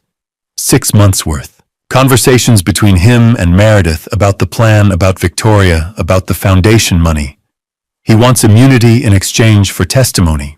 I opened my eyes, staring at the hospital ceiling. What do you think? I think he's complicit, Reeves said bluntly. But I also think his recordings could put Meredith away for life. If he testifies, we can corroborate everything: Victoria's passing, the financial motive, the conspiracy timeline. Without him, it's your word and circumstantial evidence. With him, it's airtight. Then give him immunity, I said. Arrange a meeting. I want to hear what he has to say. Understood. I'll set it up. He paused. Mr. Cross, what you did setting that trap recording, everything, it was risky. But it worked. You saved your own life and probably a dozen others. Well done. I closed my eyes. Thank you, Agent Reeves. The line went dead. I set the phone down and looked at Claire, still asleep in the chair, her hand resting on the edge of my bed. Meredith was in custody. Preston and Dr. Pierce were arrested. The elder abuse ring was exposed, and Tyler was ready to talk. For the first time in a week, I let myself believe it was really over. Monday, January 19th, 8 days after the attack, I sat across from Tyler Palmer in a windowless conference room at FBI headquarters. He looked terrible. Gaunt, dark circles under his eyes, his hands shaking as he set a burner phone on the table between us. He'd flown in from New York that morning, and the weight of 6 months of guilt seemed to press down on his shoulders like a physical thing. Agent Reeves sat to my left, a digital recorder running on the table. Detective Brennan stood near the door, arms crossed. Tyler looked at me, his voice barely above a whisper. I knew about the forged documents. I knew about the plan to take over the foundation. But I swear I didn't know about Victoria until 2 months ago. Tell me everything, I said quietly. He picked up the burner phone, his hands trembling. I started recording in July. Meredith was acting strange, secretive. I thought she was having an affair, which she was with Preston, but it was more than that. I used this phone to record our conversations. I kept it hidden. 5 recordings. 6 months. He pressed play on the first file. July 2024, 6 months ago. Meredith's voice clear and cold. We need to accelerate the old man's decline. 6 to 8 weeks.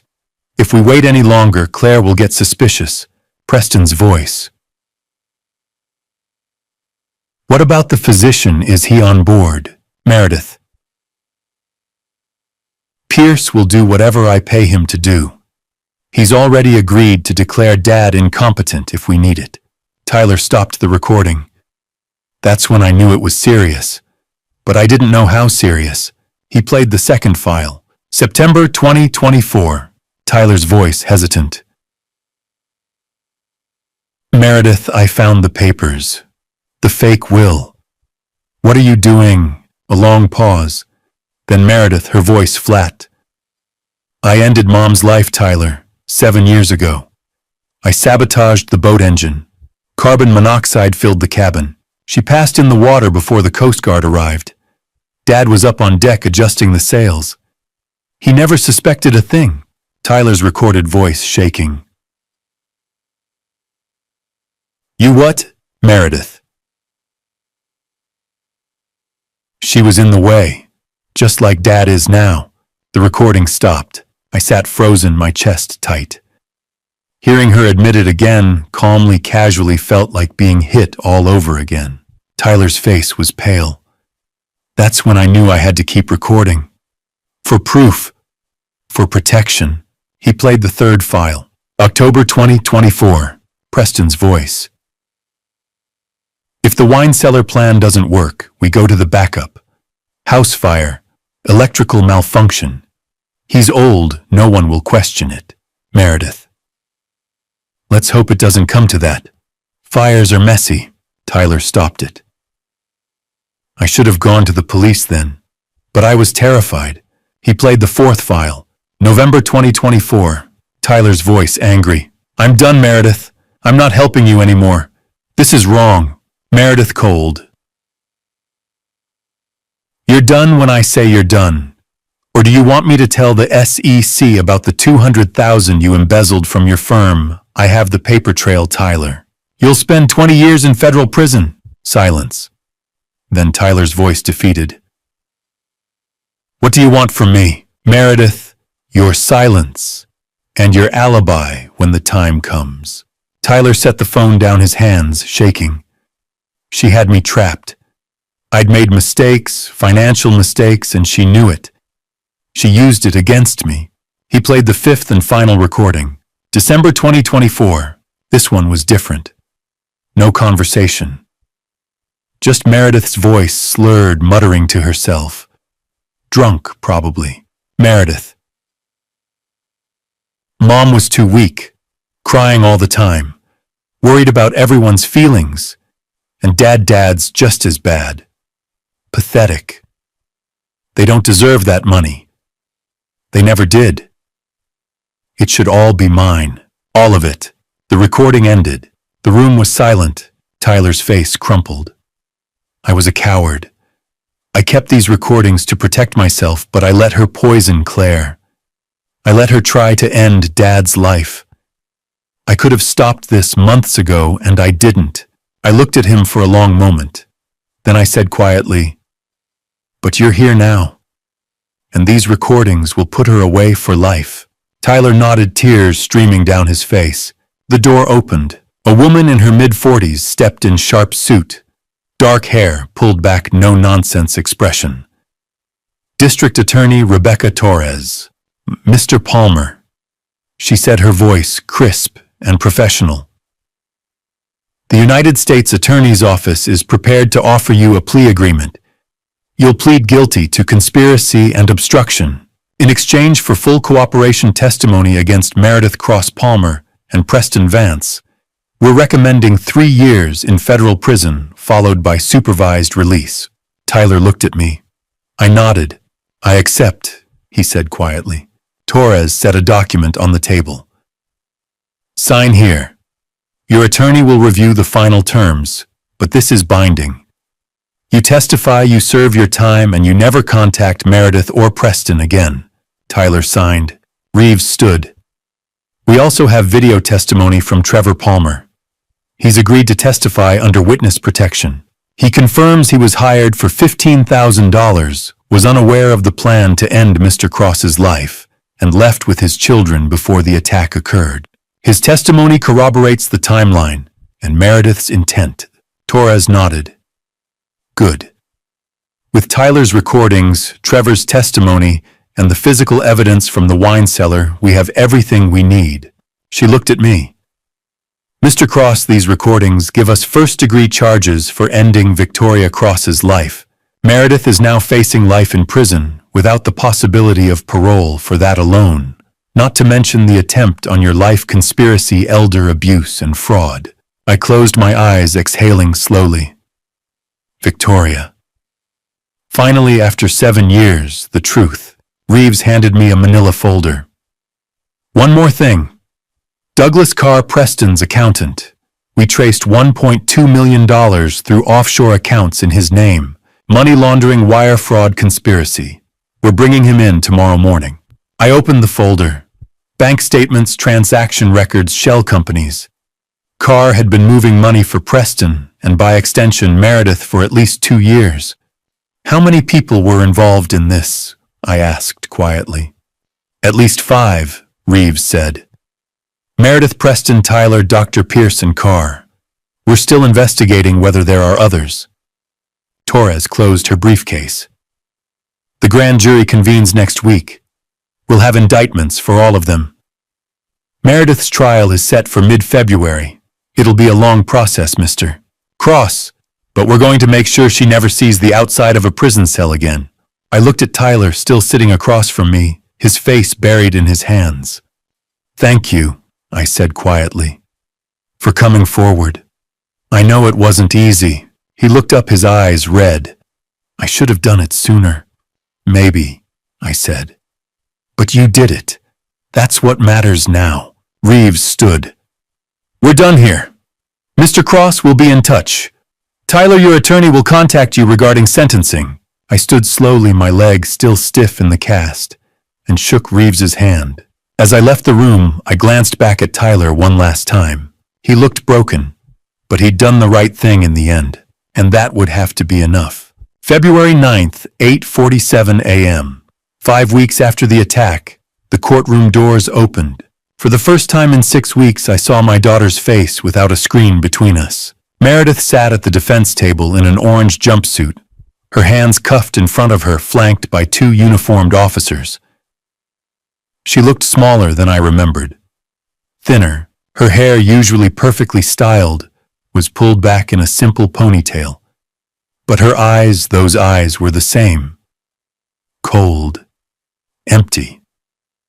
A void where a soul should have been. She glanced at me once briefly, and then looked away.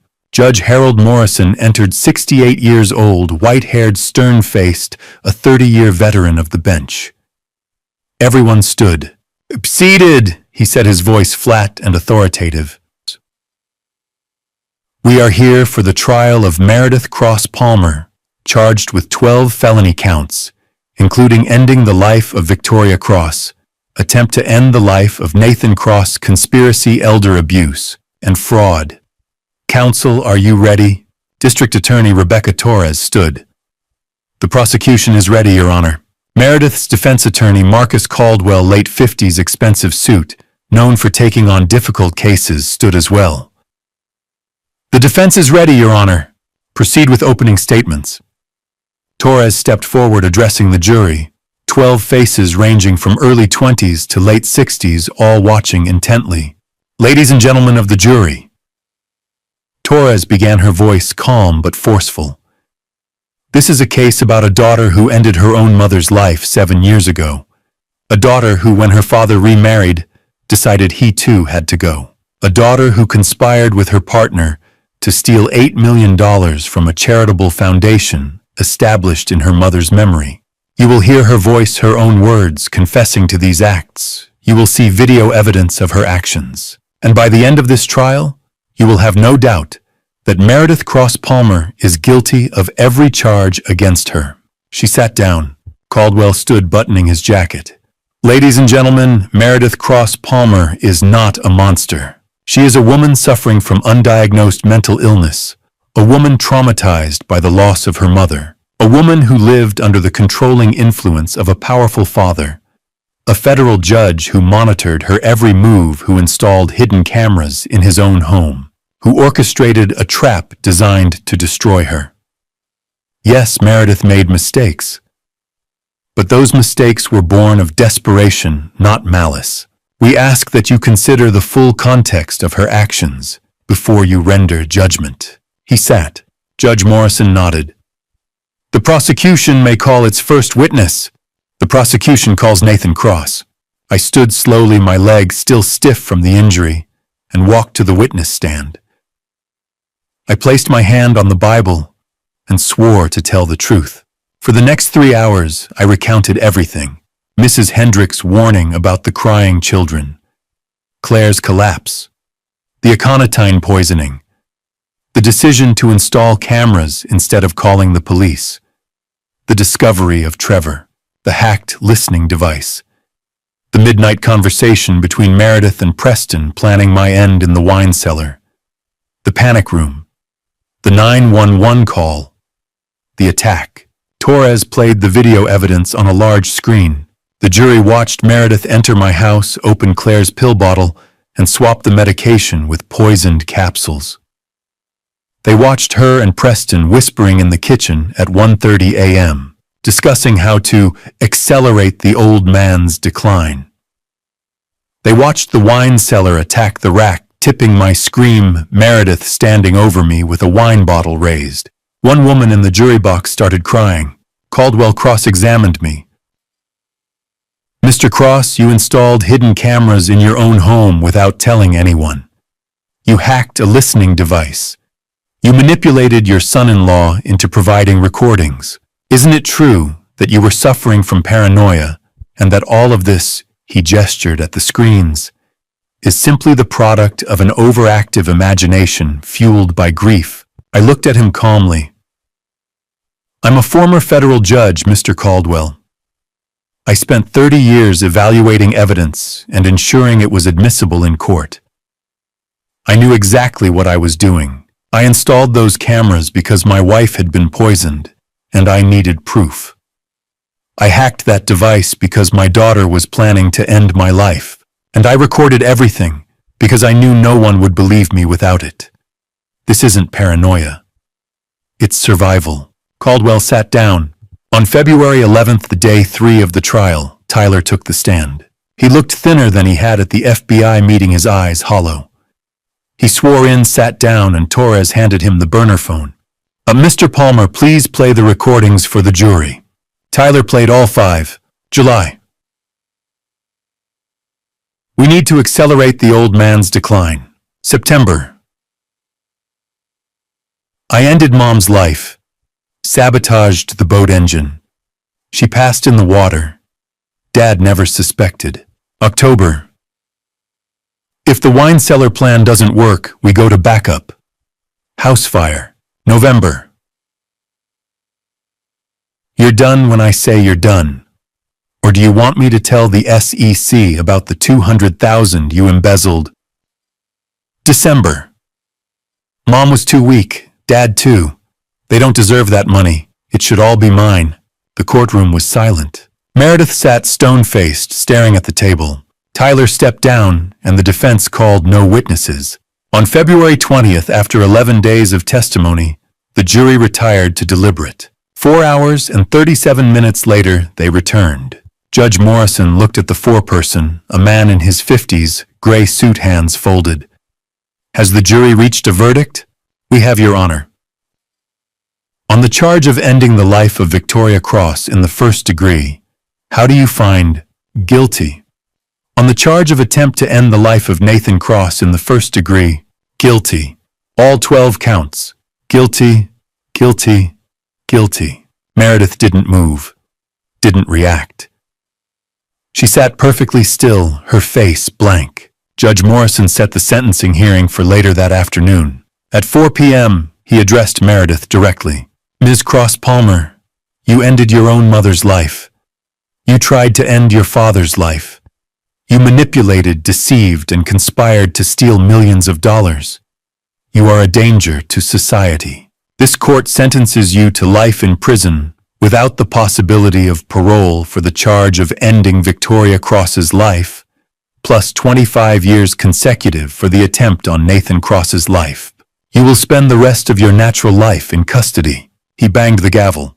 Then he looked at me. Mr. Cross, do you wish to make a victim impact statement? I stood my hands gripping the railing in front of me. I don't forgive her, I said quietly. Forgiveness requires remorse, and she has none. What I feel is grief. Grief for the daughter I thought I had. Grief for the woman she could have been. But I will not mourn the person she chose to become. I sat down. The officers moved to take Meredith away.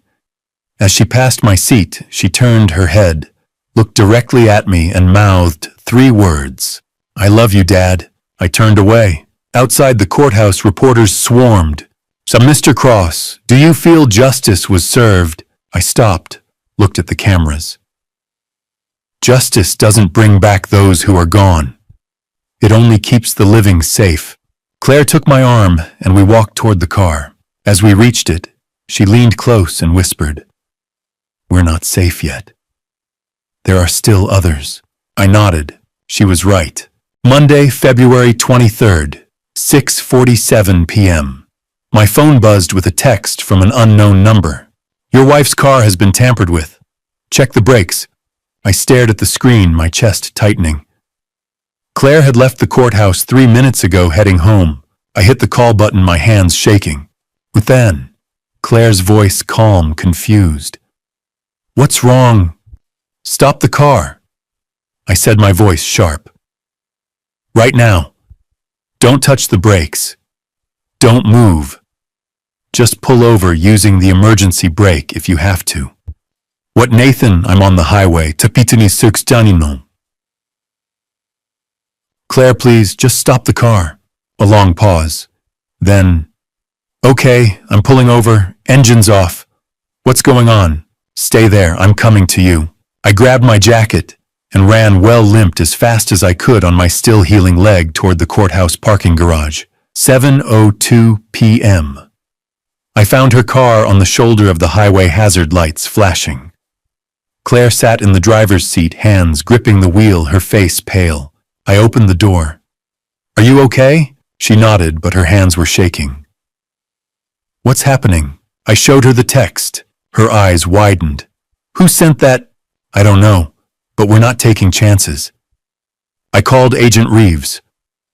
Within 20 minutes, an FBI forensic team and a mechanic named Luis Cordero, mid-30s, calm, methodical, arrived with a flatbed tow truck. At 7:34 p.m., Cordero crawled under Claire's car with a flashlight and a camera. 5 minutes later, he emerged, his face grim. Brake line's been scored, he said, holding up his phone to show me a close-up photo. A thin, deliberate cut ran along the metal line, deep enough to weaken it, but not sever it immediately. Whoever did this used a blade. It's designed to fail under heavy braking, like if she had to stop suddenly on the highway. At speed with no brakes. He didn't finish the sentence. Claire's face went white when I asked, within the last few hours. The cut's fresh, no rust, no oxidation. At 8:11 p.m., we reviewed the courthouse parking garage security footage. At 4:37 p.m., while Claire and I had been inside listening to post-trial debriefs, a figure in a dark hoodie and jeans walked past Claire's car. Male, approximately 5'10", average build. He paused for 11 seconds, knelt beside the rear driver's side wheel, then stood and walked away. The camera angle didn't catch his face. Run facial recognition on what we have, Reeves said to the tech. Cross-reference with known associates of Preston Vance and Meredith Cross-Palmer. At 9:47 p.m., my phone buzzed again. Unknown number, same as before. You're welcome. I'm not your enemy. But Meredith has 3 others outside. This won't end with her sentence. I stared at the message, my pulse pounding. I typed quickly, "Who are you?" The response came 30 seconds later. "Someone who got out before it was too late. Preston has partners. Be careful." I showed the texts to Reeves. "We're tracing it now," he said, handing my phone to a technician. Tuesday, February 24th, 7:52 a.m., Reeves called. We traced the texts. Burner phone, but the purchase was tied to a credit card. Douglas Carr. I sat up in bed. Preston's accountant. The same. We've got units moving to his location now. He's at his office downtown. We'll have him in custody within the hour. At 9 a.m., I sat across from Douglas Carr in the same FBI conference room where I'd met Tyler 3 weeks earlier. Carr looked nothing like I'd imagined. Balding wire-rimmed glasses, nervous hands fidgeting with a pen. He wore a rumpled dress shirt and looked like he hadn't slept in days. Mr. Carr. Reeves began, his voice flat. "You sent the warning texts to Nathan Cross?" "Why?" Carr swallowed hard. "I have a 12-year-old daughter. I didn't want Mrs. Cross's passing on my conscience." "But you were part of the conspiracy," Reeves said. "You laundered $1.2 million through offshore accounts for Preston Vance and Meredith Cross Palmer. You knew what they were doing." "I knew about the financial fraud," Carr said quickly. "The forged documents, the foundation takeover. But I didn't know about the plan to end Mr. Cross's life until after it happened. When I saw the news, when I saw what Meredith did in that wine cellar, I realized how deep this went. And when I heard Marcus was going after Mrs. Cross," he trailed off, his voice shaking. "Marcus," Reeves leaned forward. "Marcus Reed," Carr nodded. "Private investigator. Preston hired him 2 years ago. Ex-military. Special forces, I think. He did surveillance, intimidation, evidence cleanup. When Meredith got arrested, Marcus went underground. But Preston had already paid him $50,000 to tie up loose ends if things went wrong." "Loose ends," I said quietly. "Claire, me, Trevor." Carr nodded miserably. "I overheard Marcus talking to Preston's associate Elena Voss last week. She told him to handle the witnesses. I sent the warning because I couldn't let another person get hurt." Reeves pulled out a notepad. "Elena Voss. Who is she?" "Real estate attorney. She forged property documents for Preston, helped him move assets. She was also Preston's lover before Meredith. She's smart, connected, dangerous." "Where is she now?" I don't know. She left the country 2 days after Meredith's sentencing. Somewhere in a tropical location south of here, I think. But I don't have details." Reeves made a note. "And Marcus Reed, he's still local. He has an apartment on the east side, but he moves around a lot. Counter-surveillance training." Reeves stood. "Mr. Carr, we're prepared to offer you a deal. 5 years in federal prison plus full cooperation. You testify against Elena Voss and Marcus Reed, you provide financial records, and you help us locate them. In exchange, we recommend a reduced sentence and witness protection for you and your daughter." Carr looked at me, his eyes pleading. "I'm sorry. I should have come forward sooner. I didn't respond. I couldn't." He signed the agreement. Reeves stepped out to make a call. When he returned, his face was tight. "We attempted to execute the arrest warrant on Marcus Reed 20 minutes ago. He's gone. Cleared out his apartment 12 hours ago, right after Carr sent that first text. But our team found something." He handed me a photograph, a map printed from an online service pinned to a corkboard. 3 addresses circled in red marker. 1, my home address. 2, Claire's office downtown. 3, Trevor Palmer's address, the safe house where he'd relocated with his kids after the trial. I stared at the map, my blood running cold. "He's hunting us," I said quietly. Reeves nodded. "We're putting protection details on all 3 locations. 24-hour surveillance. Reed won't get close." "You don't know that," I said. "He's special forces. He's been trained to avoid exactly this kind of surveillance. Reeves met my eyes. Then we'd better find him before he finds you. Thursday, February 25th, 11:52 a.m. FBI agents burst into Marcus Reed's East Side apartment. Empty. Furniture gone. Closets cleared. No electronics, no papers, nothing. But on the far wall, pinned to the bare drywall with a single thumbtack, was the map. 3 addresses circled in red marker. Mine, Claire's office, Trevor Palmer's safe house. Agent Reeves stood in the doorway. Phone pressed to his ear. He cleared out at least 12 hours ago. We're too late. At 12:34 p.m., 2 black SUVs pulled up to the federal courthouse. FBI agents escorted Claire and me along with Trevor and his 2 children into the vehicles. Where are we going? Claire asked, her voice tight. Safe house, Reeves said from the front seat. Mountain cabin 40 minutes north. 2 U.S. Marshals on site, 24-hour surveillance. Reed won't get close. Trevor sat in the back row.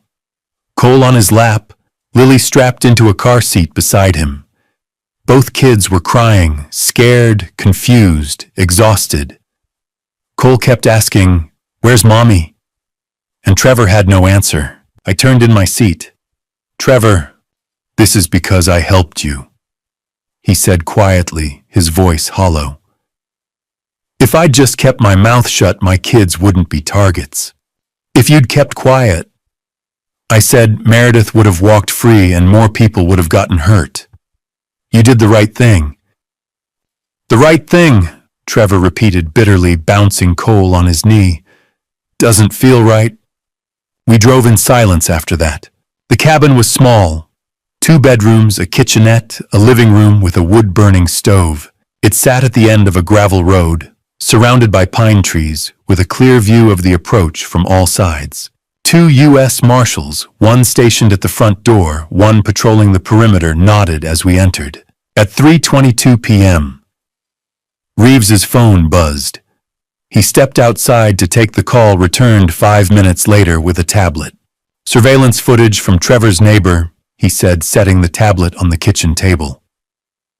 This morning, 9:14 a.m., he pressed play.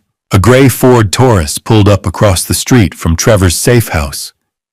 A man got out, average height, dark jacket, baseball cap, pulled low. He stood on the sidewalk staring at the house for 37 seconds, then got back in the car and drove away. "That's Reed," Reeves said. We traced the plates. Rental car paid for with a fake ID, but facial recognition confirms it's him. Trevor's face went pale. He was watching my house, while my kids were inside. He was gathering intel, Reeves said. But he didn't make a move. He's smart, trained. He knows we're watching him, so he's being cautious. Or he's planning something bigger, I said quietly. Reeves didn't disagree. At 7:48 p.m., we waited. Claire sat on the couch, her hands wrapped around a cup of coffee she hadn't touched. I stood by the window, watching the tree line, looking for movement that never came. Trevor sat on the floor with Cole and Lily, trying to get them to sleep. He sang softly a lullaby, his voice trembling off-key. "Hush, little baby, don't say a word, Papa's gonna buy you a mockingbird." Lily's eyes drooped. Cole rested his head on Trevor's shoulder. By 8:30, both kids were asleep. Trevor carried them to the bedroom, laid them on the bed, and closed the door quietly. When he came back, his eyes were red. "I'm sorry," he said to me, "for getting involved, for putting them in danger." "You didn't put them in danger," I said. "Meredith did. Preston did. Reed did. You're just trying to protect them now." He nodded, but I could see he didn't believe me. At 11:34 p.m., the motion sensor alarm went off, a loud, piercing beep that echoed through the cabin. Reeves was on his feet instantly, radio in hand. "Perimeter breach, southeast side. All units report," a voice crackled over the radio. Visual on one subject, male approaching from the tree line. Armed. Night vision equipment confirmed. Reeves turned to us. "Get down. Stay away from the windows. Claire dropped to the floor. Trevor ran to the bedroom, positioning himself in front of the door where his kids slept. I crouched behind the couch, my heart pounding. Then gunfire, sharp cracks echoing through the night. Return fire from the marshals. Shouting. The sound of boots on gravel. Inside the bedroom, Lily started screaming. Trevor pushed the door open, scooped her up, clamped a hand gently over her mouth. Shh, baby, shh. It's okay. Daddy's here. But it wasn't okay. More gunfire, closer now, and then silence. At 11:52 p.m., the cabin door opened. Reeves stepped in his face, grim but calm. We got him. Marcus Reed is in custody. I stood slowly, my legs shaking. Is he? Alive, Reeves said. Wounded in the shoulder. He's being transported to a federal medical facility now. What was he carrying? Claire asked, her voice barely above a whisper. Reeves pulled out his phone, showed us a photo. A tactical rifle with a scope. Night vision goggles. A tactical vest. A knife strapped to his leg. He came prepared, Reeves said. But we had thermal imaging on the perimeter. We saw him before he saw us. He tried to run when we called out. That's when shots were fired. Did he say anything? I asked. Reeves nodded. Before he invoked his right to silence, he said one thing. He pulled out a notepad, read aloud. Elena Voss is smarter than all of you. She's already out of the country. Flew to a small tropical nation south of here 2 days ago. You'll never find her. I felt my chest tighten. Elena Voss, Preston's attorney. She forged the documents. So we know, Reeves said. We've been tracking her since Carr gave us her name, but she moved fast. We're working on confirmation now. At 2 a.m. on Friday, February 26th, Reeves called. Confirmed, he said, his voice tight. Elena Voss boarded a flight to a small tropical country south of here 48 hours ago, right after Meredith's sentencing. We've contacted their government. Extradition is possible, but it's going to take time. Weeks, maybe months. I clenched my fists. So the woman who forged my will, who helped plan my end, just walks free. For now, Reeves said. But we'll get her. It's just a matter of time. I hung up and stared at the ceiling of the cabin. Reed was in custody. Meredith was in prison. Preston, Dr. Pierce, and Douglas Carr were all behind bars. But Elena Voss, the woman who'd forged the documents, who'd helped orchestrate the entire conspiracy, was halfway around the world sipping drinks on a beach somewhere untouchable. For now, April 2nd, Elena Voss sat on the balcony of a beachfront apartment in a small coastal town in a tropical region south of the border, sipping coffee and watching the sunrise. She'd been there 5 weeks. She ran a small yoga studio under the name Elena Rodriguez, fake passport, fake business license, cash-only payments. No credit cards, no digital footprint, no ties to her old life. She thought she was safe. She was wrong. That afternoon, Agent Reeves called me. We found her, he said. Financial transaction trace. She wired money to her sister in Atlanta 3 days ago, small amount, but enough to ping our system. Local authorities are coordinating. We'll have her in custody within 48 hours. On April 9th, I sat in my living room watching the extradition hearing via video link. Elena stood in a small courtroom flanked by 2 uniformed officers. Her dark hair was pulled back in a messy ponytail. She looked exhausted, thinner than the photos I'd seen. Her eyes were red like she'd been crying. The judge, a stern woman in her 60s, read the charges. Ms. Voss, the United States government, has requested your extradition on charges of conspiracy to commit fraud, forgery, conspiracy to end the life of Nathan Cross and money laundering. Do you contest this extradition? Elena shook her head. No, Your Honor. I want to go home. The judge paused, surprised. You're waiving your right to contest. Yes. I'm very well. Extradition is granted. You will be remanded to U.S. custody immediately. Elena nodded, and the officers led her away. On April 15th, she arrived back on U.S. soil hands, cuffed, escorted by 2 U.S. Marshals. I watched the news footage from my living room. Elena in an orange jumpsuit being walked across the tarmac toward a waiting van. She kept her head down, her face hidden. The next day, April 16th, she was arraigned. The charges were read in open court: conspiracy to commit fraud, forgery of legal documents, conspiracy to end the life of Nathan Cross, money laundering and racketeering. Bail was denied. At 2:47 p.m. that same day, I sat in the visitation room of the county jail, staring through a thick glass partition at Elena Voss. She looked worse in person. Her dark hair hung limp around her face. Her eyes were puffy and red. She picked up the phone on her side of the glass, and I picked up mine. "Mr. Cross," she said, her voice hoarse. "Thank you for coming." I didn't respond. She swallowed hard. "I didn't know about Victoria. I swear. Preston told me it was just paperwork, wills, trusts, power of attorney documents. He said your family was contesting the foundation assets, and he needed legal documentation to protect Meredith's inheritance. I didn't know he was planning to end anyone's life. But you knew about forging my will," I said quietly. She nodded, tears spilling down her cheeks. "Yes, I did. Preston paid me $50,000 to draft a fake will that left everything to Meredith.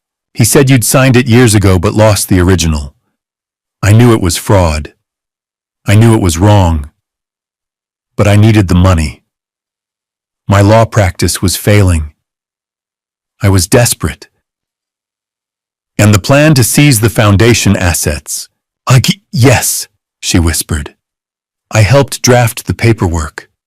Fake board resolutions, fake meeting minutes. I knew what I was doing. I leaned back, watching her. She was broken, guilty, and she knew it. "I'm not asking for forgiveness," she said, her voice cracking. "I know I don't deserve it, but I'll testify. Against Preston, against Meredith, against everyone. I'll tell the truth about everything." "Your testimony doesn't erase what you did," I said. "But if you cooperate fully, if you tell the prosecutors everything, hold nothing back, maybe the judge will take a few years off your sentence." She nodded, wiping her eyes. "Thank you." I hung up the phone and left. On April 30th, Elena Voss accepted a plea deal. 12 years in federal prison. Full cooperation with prosecutors. Asset forfeiture, $500,000 seized from her offshore accounts. DA Rebecca Torres called me that evening. Her testimony was invaluable, Torres said. She gave us financial records, emails, meeting notes. She connected the dots between Preston, Meredith, Drive, Pierce, and Marcus Reed. And more importantly, her testimony helped us dismantle Dr. Pierce's elder abuse network.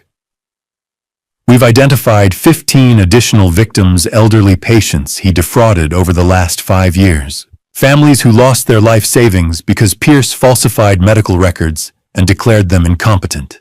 I closed my eyes, the weight of it pressing down on me. 15 families. 15 people who'd suffered the same nightmare I had. We're building a RICO case, Torres continued. Racketeer Influenced and Corrupt Organizations Act. We're going after everyone connected to Pierce's network. The fake attorneys, the crooked financial advisors, the complicit healthcare workers.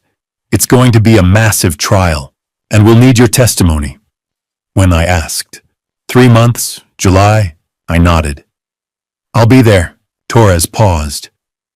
Mr. Cross, I want you to know what you did, the evidence you gathered, the risks you took. It didn't just save your own life. It's going to save a lot of other people too. I didn't know what to say to that. After I hung up, I sat at my desk and made a list.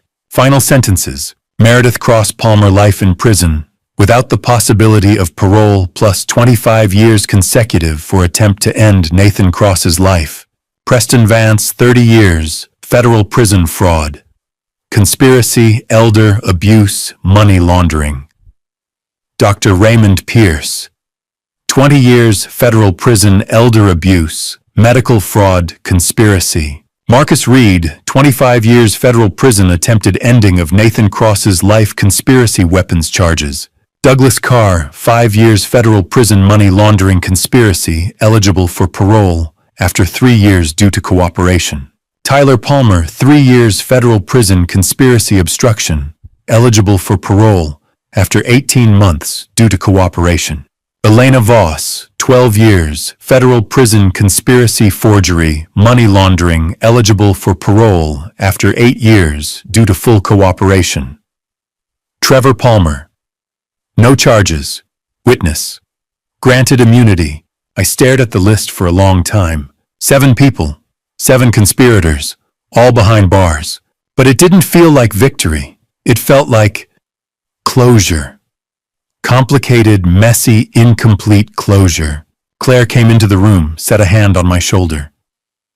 "You okay?" "Torres called," I said.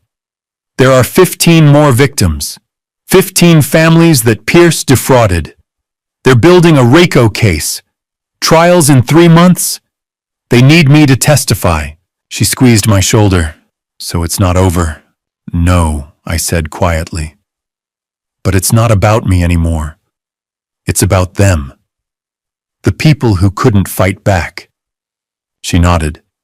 "Then we fight for them." I looked up at her. We, she said firmly. "You're not doing this alone." I took her hand, held it tight. My ordeal wasn't over. The legal battles would continue. The RICO trial, the appeals, the media, the endless questions. But now I wasn't just fighting for myself. I was fighting for the 15 families who'd lost everything. For the elderly victims who'd been manipulated and defrauded. For the people who couldn't speak up because they were too scared, too confused, or too ashamed. And that made all the difference. October 2025, 8 months after Meredith's sentencing, I stopped checking the front door lock before bed. A small thing.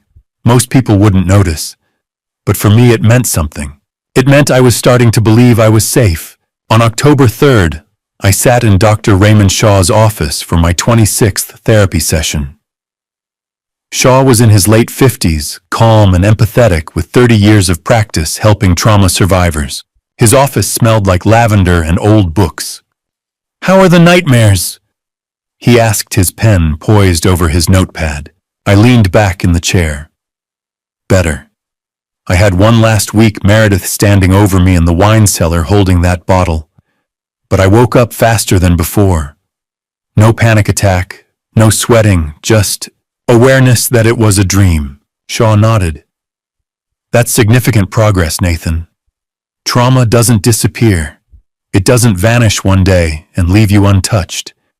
It integrates into your life. You learn to carry it without letting it crush you. It still feels heavy," I admitted. "It will for a while," Shaw said gently. "But the weight gets lighter. You're doing the work. That's what matters." On October 18th, the Victoria Cross Memorial Foundation reopened. We'd spent months restructuring it, new board members, new mission statement, new focus. The foundation would no longer fund general charitable causes. Instead, it would support trauma survivors, abuse victims, and families rebuilding after betrayal. Malcolm Turner, 60 years old, gray-haired, warm-eyed, Victoria's former colleague, and the foundation's new treasurer, stood at the podium. Victoria Cross believed in second chances. He said, his voice steady but emotional. She believed people could heal, could rebuild, could find light even in the darkest places. This foundation honors that belief. Then it was my turn. I stepped up to the microphone, looking out at the small crowd. Donors, volunteers, a few reporters, and Claire sitting in the front row. "My late wife's life was ended by our daughter," I said quietly. The room went silent. For 7 years I didn't know. I believed it was an accident. When I finally learned the truth, I wanted to burn everything down. The foundation, the memories, all of it. I paused, swallowing hard, but Claire reminded me that Victoria built something good, something worth preserving. This foundation isn't about Meredith. It never was. It's for the people she tried to destroy, the survivors, the victims, the families who lost everything and are fighting to rebuild. Applause filled the room. Claire's eyes were wet with tears, but she was smiling. On October 27th, Trevor came over for dinner with Cole and Lily. We made spaghetti.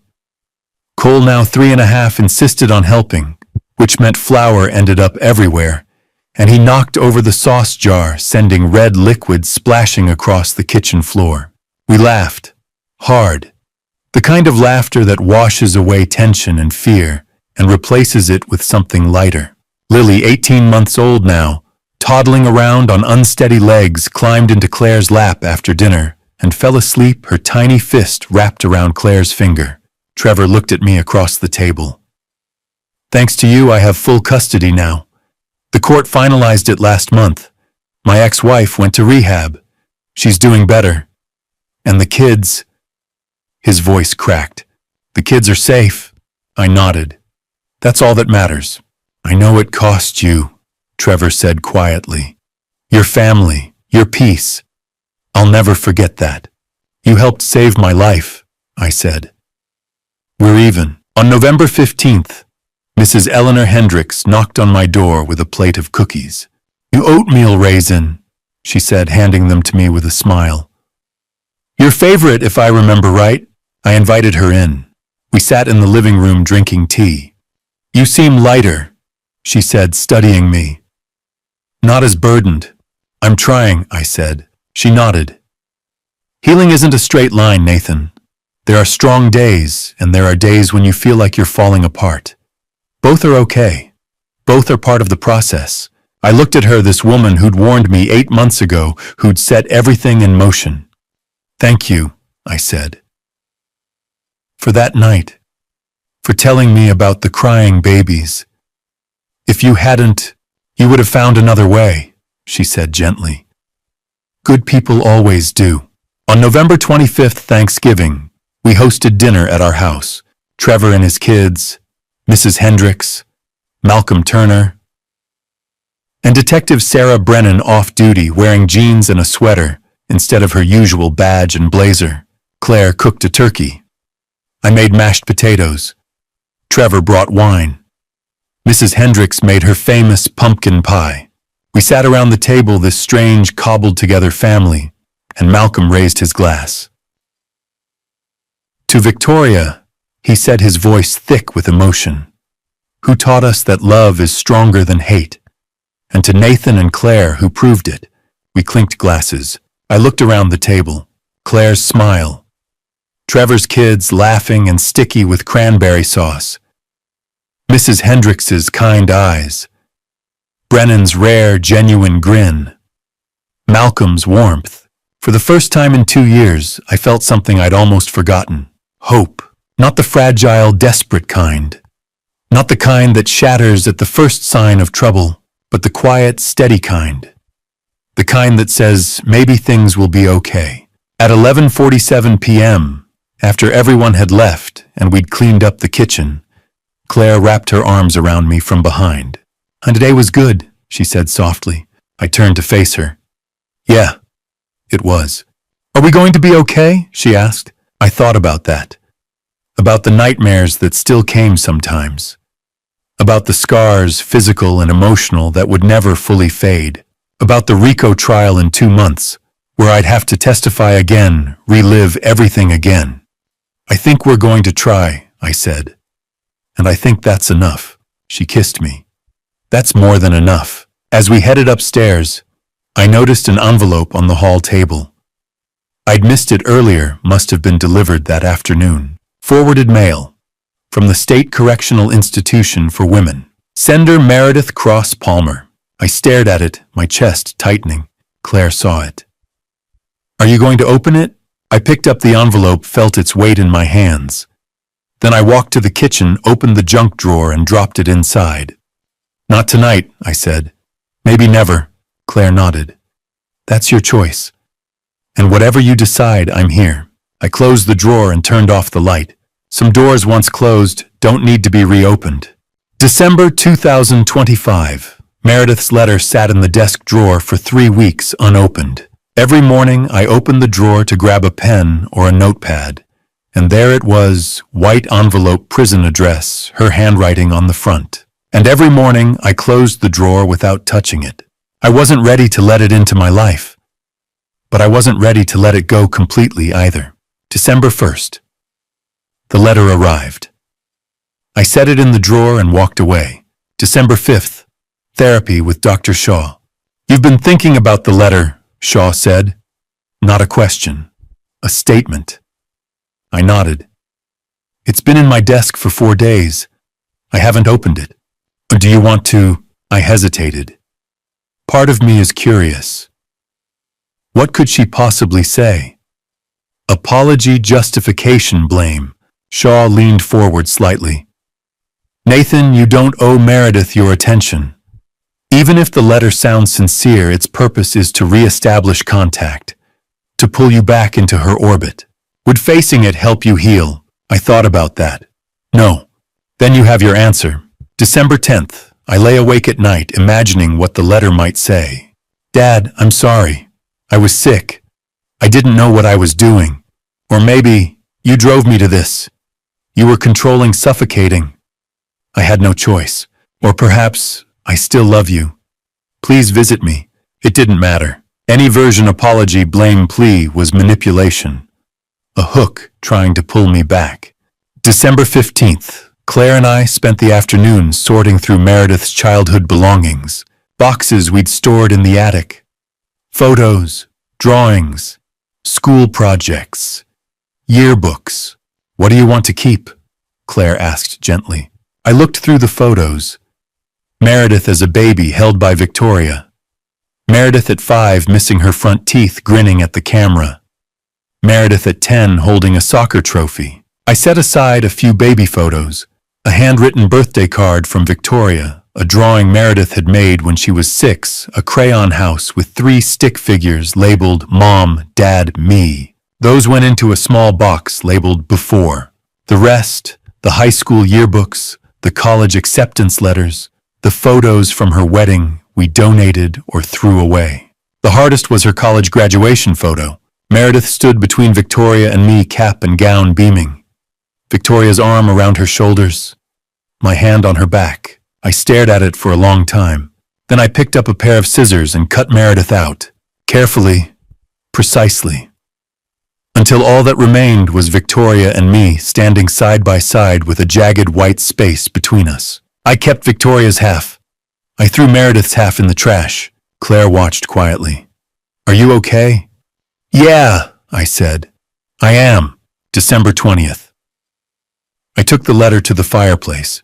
Claire sat on the couch watching. I held the envelope over the flames and struck a match.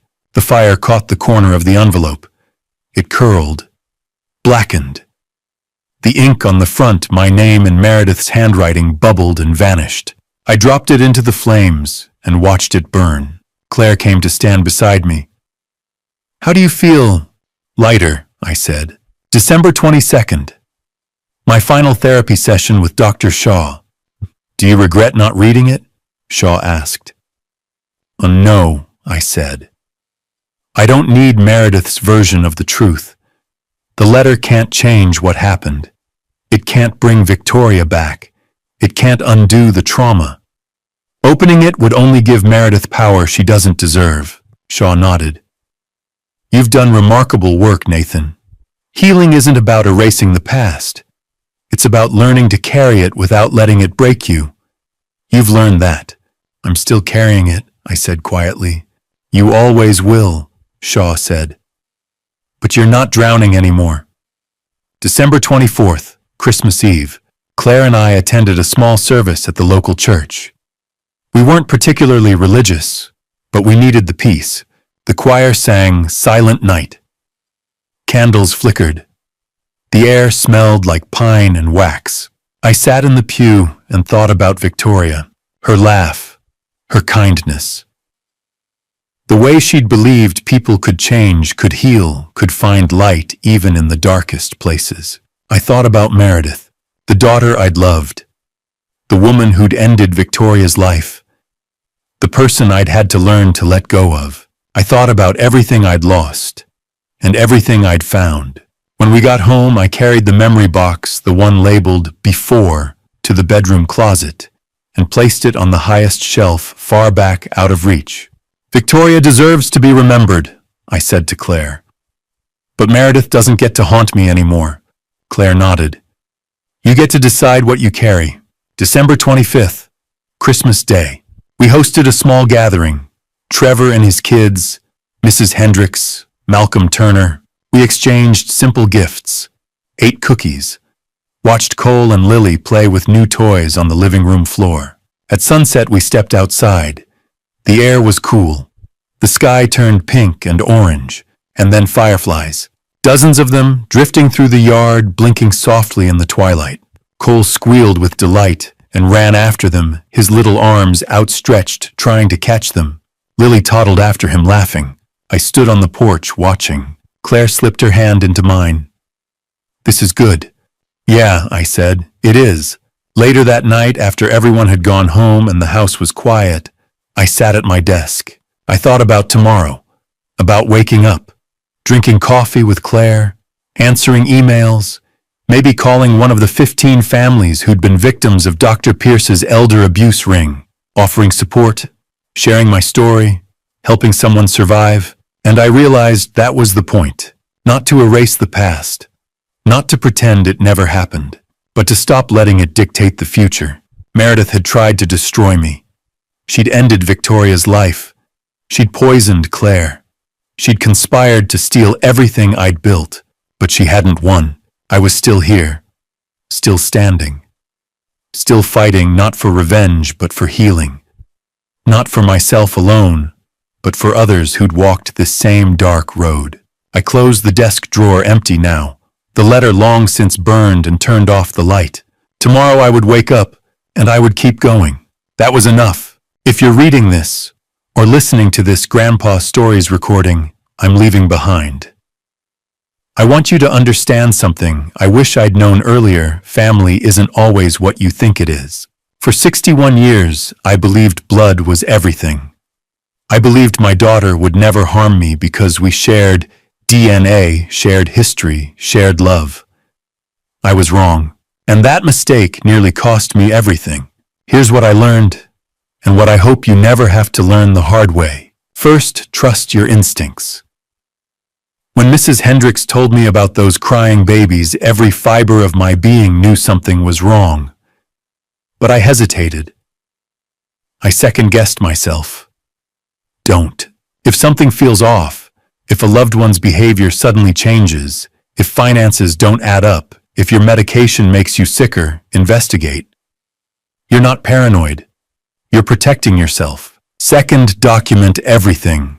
I installed those cameras not because I wanted to catch my daughter in a crime, but because I knew no one would believe me without proof. In elder abuse cases, and this is a family story that's far too common, victims are often dismissed as confused or senile. Evidence speaks when words fail. Third, don't face darkness alone. I tried to handle this myself for too long. If Trevor hadn't helped, if Claire hadn't stayed strong, if Agent Reeves and Detective Brennan hadn't believed me, I wouldn't be here. When you're in crisis, reach out. To friends, to authorities, to professionals. Isolation is the abuser's greatest weapon. Fourth, forgiveness isn't mandatory. People will tell you that you should forgive to heal, that holding anger will poison you. But I didn't forgive Meredith. I burned her letter unread. And you know what? I healed anyway. Healing isn't about forgiveness. It's about refusing to let the person who hurt you control your future. Fifth, family is who shows up. Trevor wasn't my blood. Mrs. Hendricks was just a neighbor. Malcolm was Victoria's colleague. Detective Brennan was doing her job, but they became my real family when my biological family story fell apart. Don't cling to toxic relationships just because you share a last name. This Grandpa Stories recording isn't meant to scare you. It's meant to prepare you. Elder abuse is an epidemic: financial fraud, medical manipulation, isolation, and yes, even violence. Doctor, Pierce's network defrauded 15 families before we stopped him. How many more are out there? My family story, this painful, complicated journey, is a warning. Evil doesn't always look like a stranger in a dark alley. Sometimes it looks like your daughter sitting across the dinner table smiling as she plans your end. But here's the hope: you can survive. You can rebuild. You can find joy again even after betrayal tears your world apart. I'm 72 now. Claire and I are still together. Trevor's kids call me Grandpa Nathan. The foundation helps dozens of families every year, and I sleep through the night most of the time. The scars remain, but so do I. If there's a God watching over us, and I believe there is, He doesn't promise we won't face darkness. He promises we won't face it alone. I hope this Grandpa Stories account serves as both warning and comfort to anyone facing similar darkness. Stay vigilant, stay strong, and remember, survival isn't weakness, it's victory. Thank you for walking with me through this entire journey. I'd love to hear your perspective in the comments. If you found yourself in Nathan's situation, facing betrayal from someone you trusted completely, what would you do differently? Your insights matter, and I genuinely want to learn from your viewpoint. If this story resonated with you emotionally, please consider subscribing so you won't miss future narratives. A gentle reminder: while inspired by real patterns of elder abuse and family betrayal that occur far too often, certain elements of this account have been dramatized for storytelling purposes. If this type of content doesn't align with your preferences, feel free to explore other videos that might suit you better.